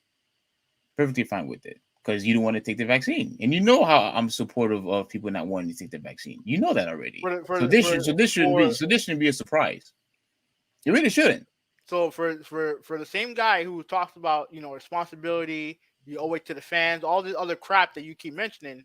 Now when it comes to the vaccine, and you not want to take it because you have some fear of the vaccine yourself, all of a sudden that's okay. So fuck the fans, fuck them, they fuck their season ticket holders. Hey, fuck you guys. That's what you always said. That's what you always said. Hey, but isn't that what they're doing right now? Isn't that what they would be doing if they decided to take the same stance as Kyrie? Isn't that the stance that they're taking? That they don't want to take the vaccine, right? Yes. But again, you're trying to link that with F the fans and F everybody else. That's what it is. No, that's what it is. No, because if that's the case, then I would have to agree with you that then screw basketball. That's not what he's saying. He's not saying screw basketball. I mean, he's not saying screw the fans. He's just the Nets, screw Brooklyn. Like that's what you're doing.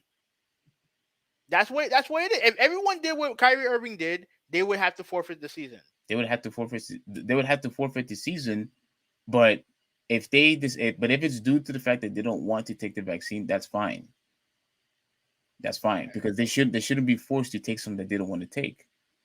They shouldn't be forced. I'm telling you, that's a bad look. That's a bad look, especially for a franchise that's already second fiddle to the New York Knicks, and the New York Knicks are average, and they've been average for 30 years, and you still take a backseat to them. You bring all this star power to the team, and yet you bring in a player and Kevin Durant who clearly loves the sport, right? He clearly loves basketball.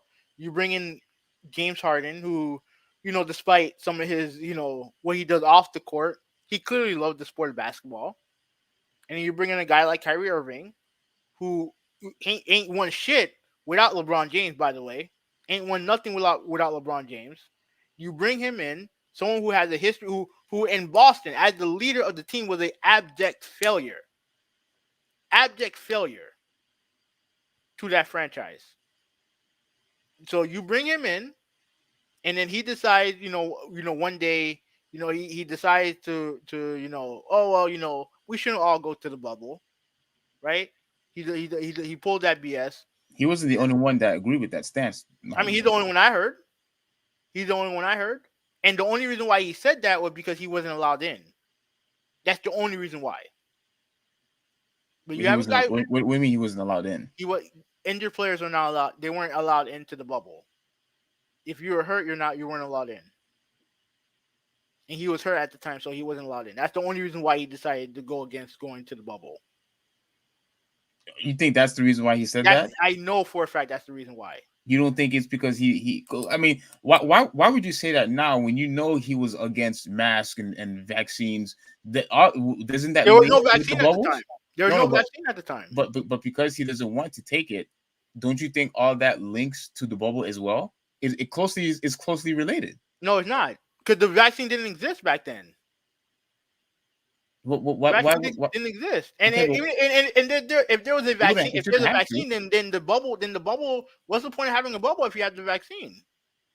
Yeah, but because he does not want to take the vaccine, he's basically in a position to where if he doesn't want to take the vaccine, and if he felt that before the vaccine came out, right? He said that you shouldn't partake in a bubble.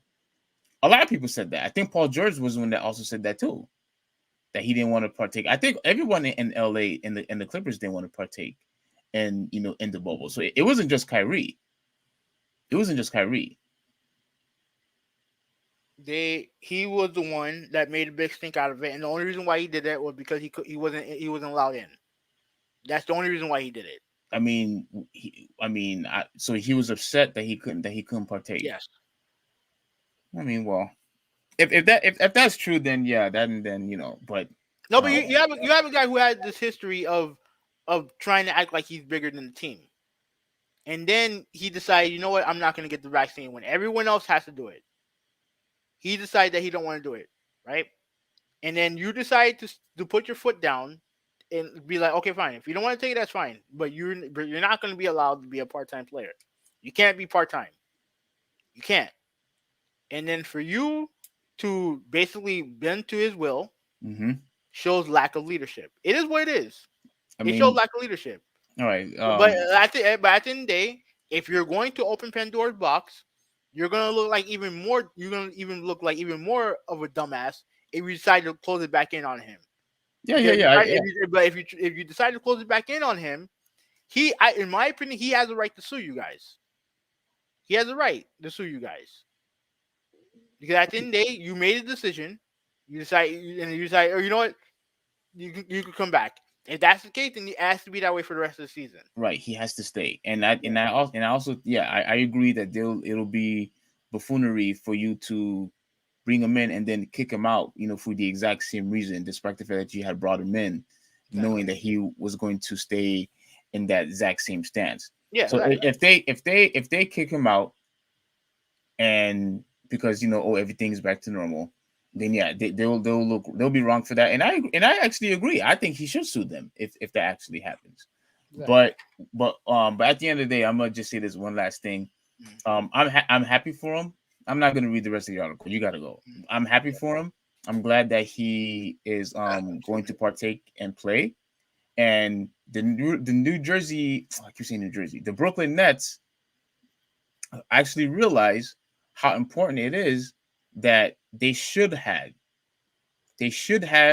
done this from the get-go. Because again, it's outside interference from New York. It's not because he doesn't want to play. It's not like because he just wants to party and just not show up. No, it has nothing to do with that. It's because he doesn't want to take the vaccine. So it's because he doesn't want to take the vaccine. He has the right to choose. You told him he has the right to choose. And so he shouldn't be punished for choosing that right. So he should have gone part-time from the very beginning, and then you would have ignored all this fiasco and all this drama. No, all that stuff. Everything would have stayed the same, because if they lost guys due to COVID and they're at home, guess who's not playing? Those guys who got COVID. And who else? What are you talking about? Pay attention, Steve. I am paying attention. You said who else? If he was part-time and everyone got COVID, who else is not playing at home for them? The guys who got COVID. And who else? Everybody who has COVID, they can't play. And who else? Kyrie Irving cannot play. Exactly. You can end the podcast whenever you want. I mean, I don't understand the point of that, but I mean, that's why you don't have part-time players. Okay, that's why you don't have part-time players. But you need guys. It wasn't by a choice. They don't have a choice. I don't care what the choice is. Yes, it matters. You need guys to be there for you 100% of the time. It's not because of Kyrie. Okay, it don't matter. It's It his does matter. decision. It's his decision. It's his decision. Then don't give him the choice. No. It's his decision to get the. You know what? We're just gonna go in circles. Yeah, all right, fine. We're gonna go in circles. All right. All right. Yeah. Another day. We'll piggyback if there's No, another no, part of no. the story. No, We're, no. Like if there's like a different story. Like let's say, he gets traded or something like that. Just to throw an example out there. But all right. All right. So yeah. So basically, we're pretty much done. Thank you, Terry 309, Nintendo Gamer, and the rest of you guys. I don't know if you guys are bots or if you guys are hackers. I don't know who you guys are.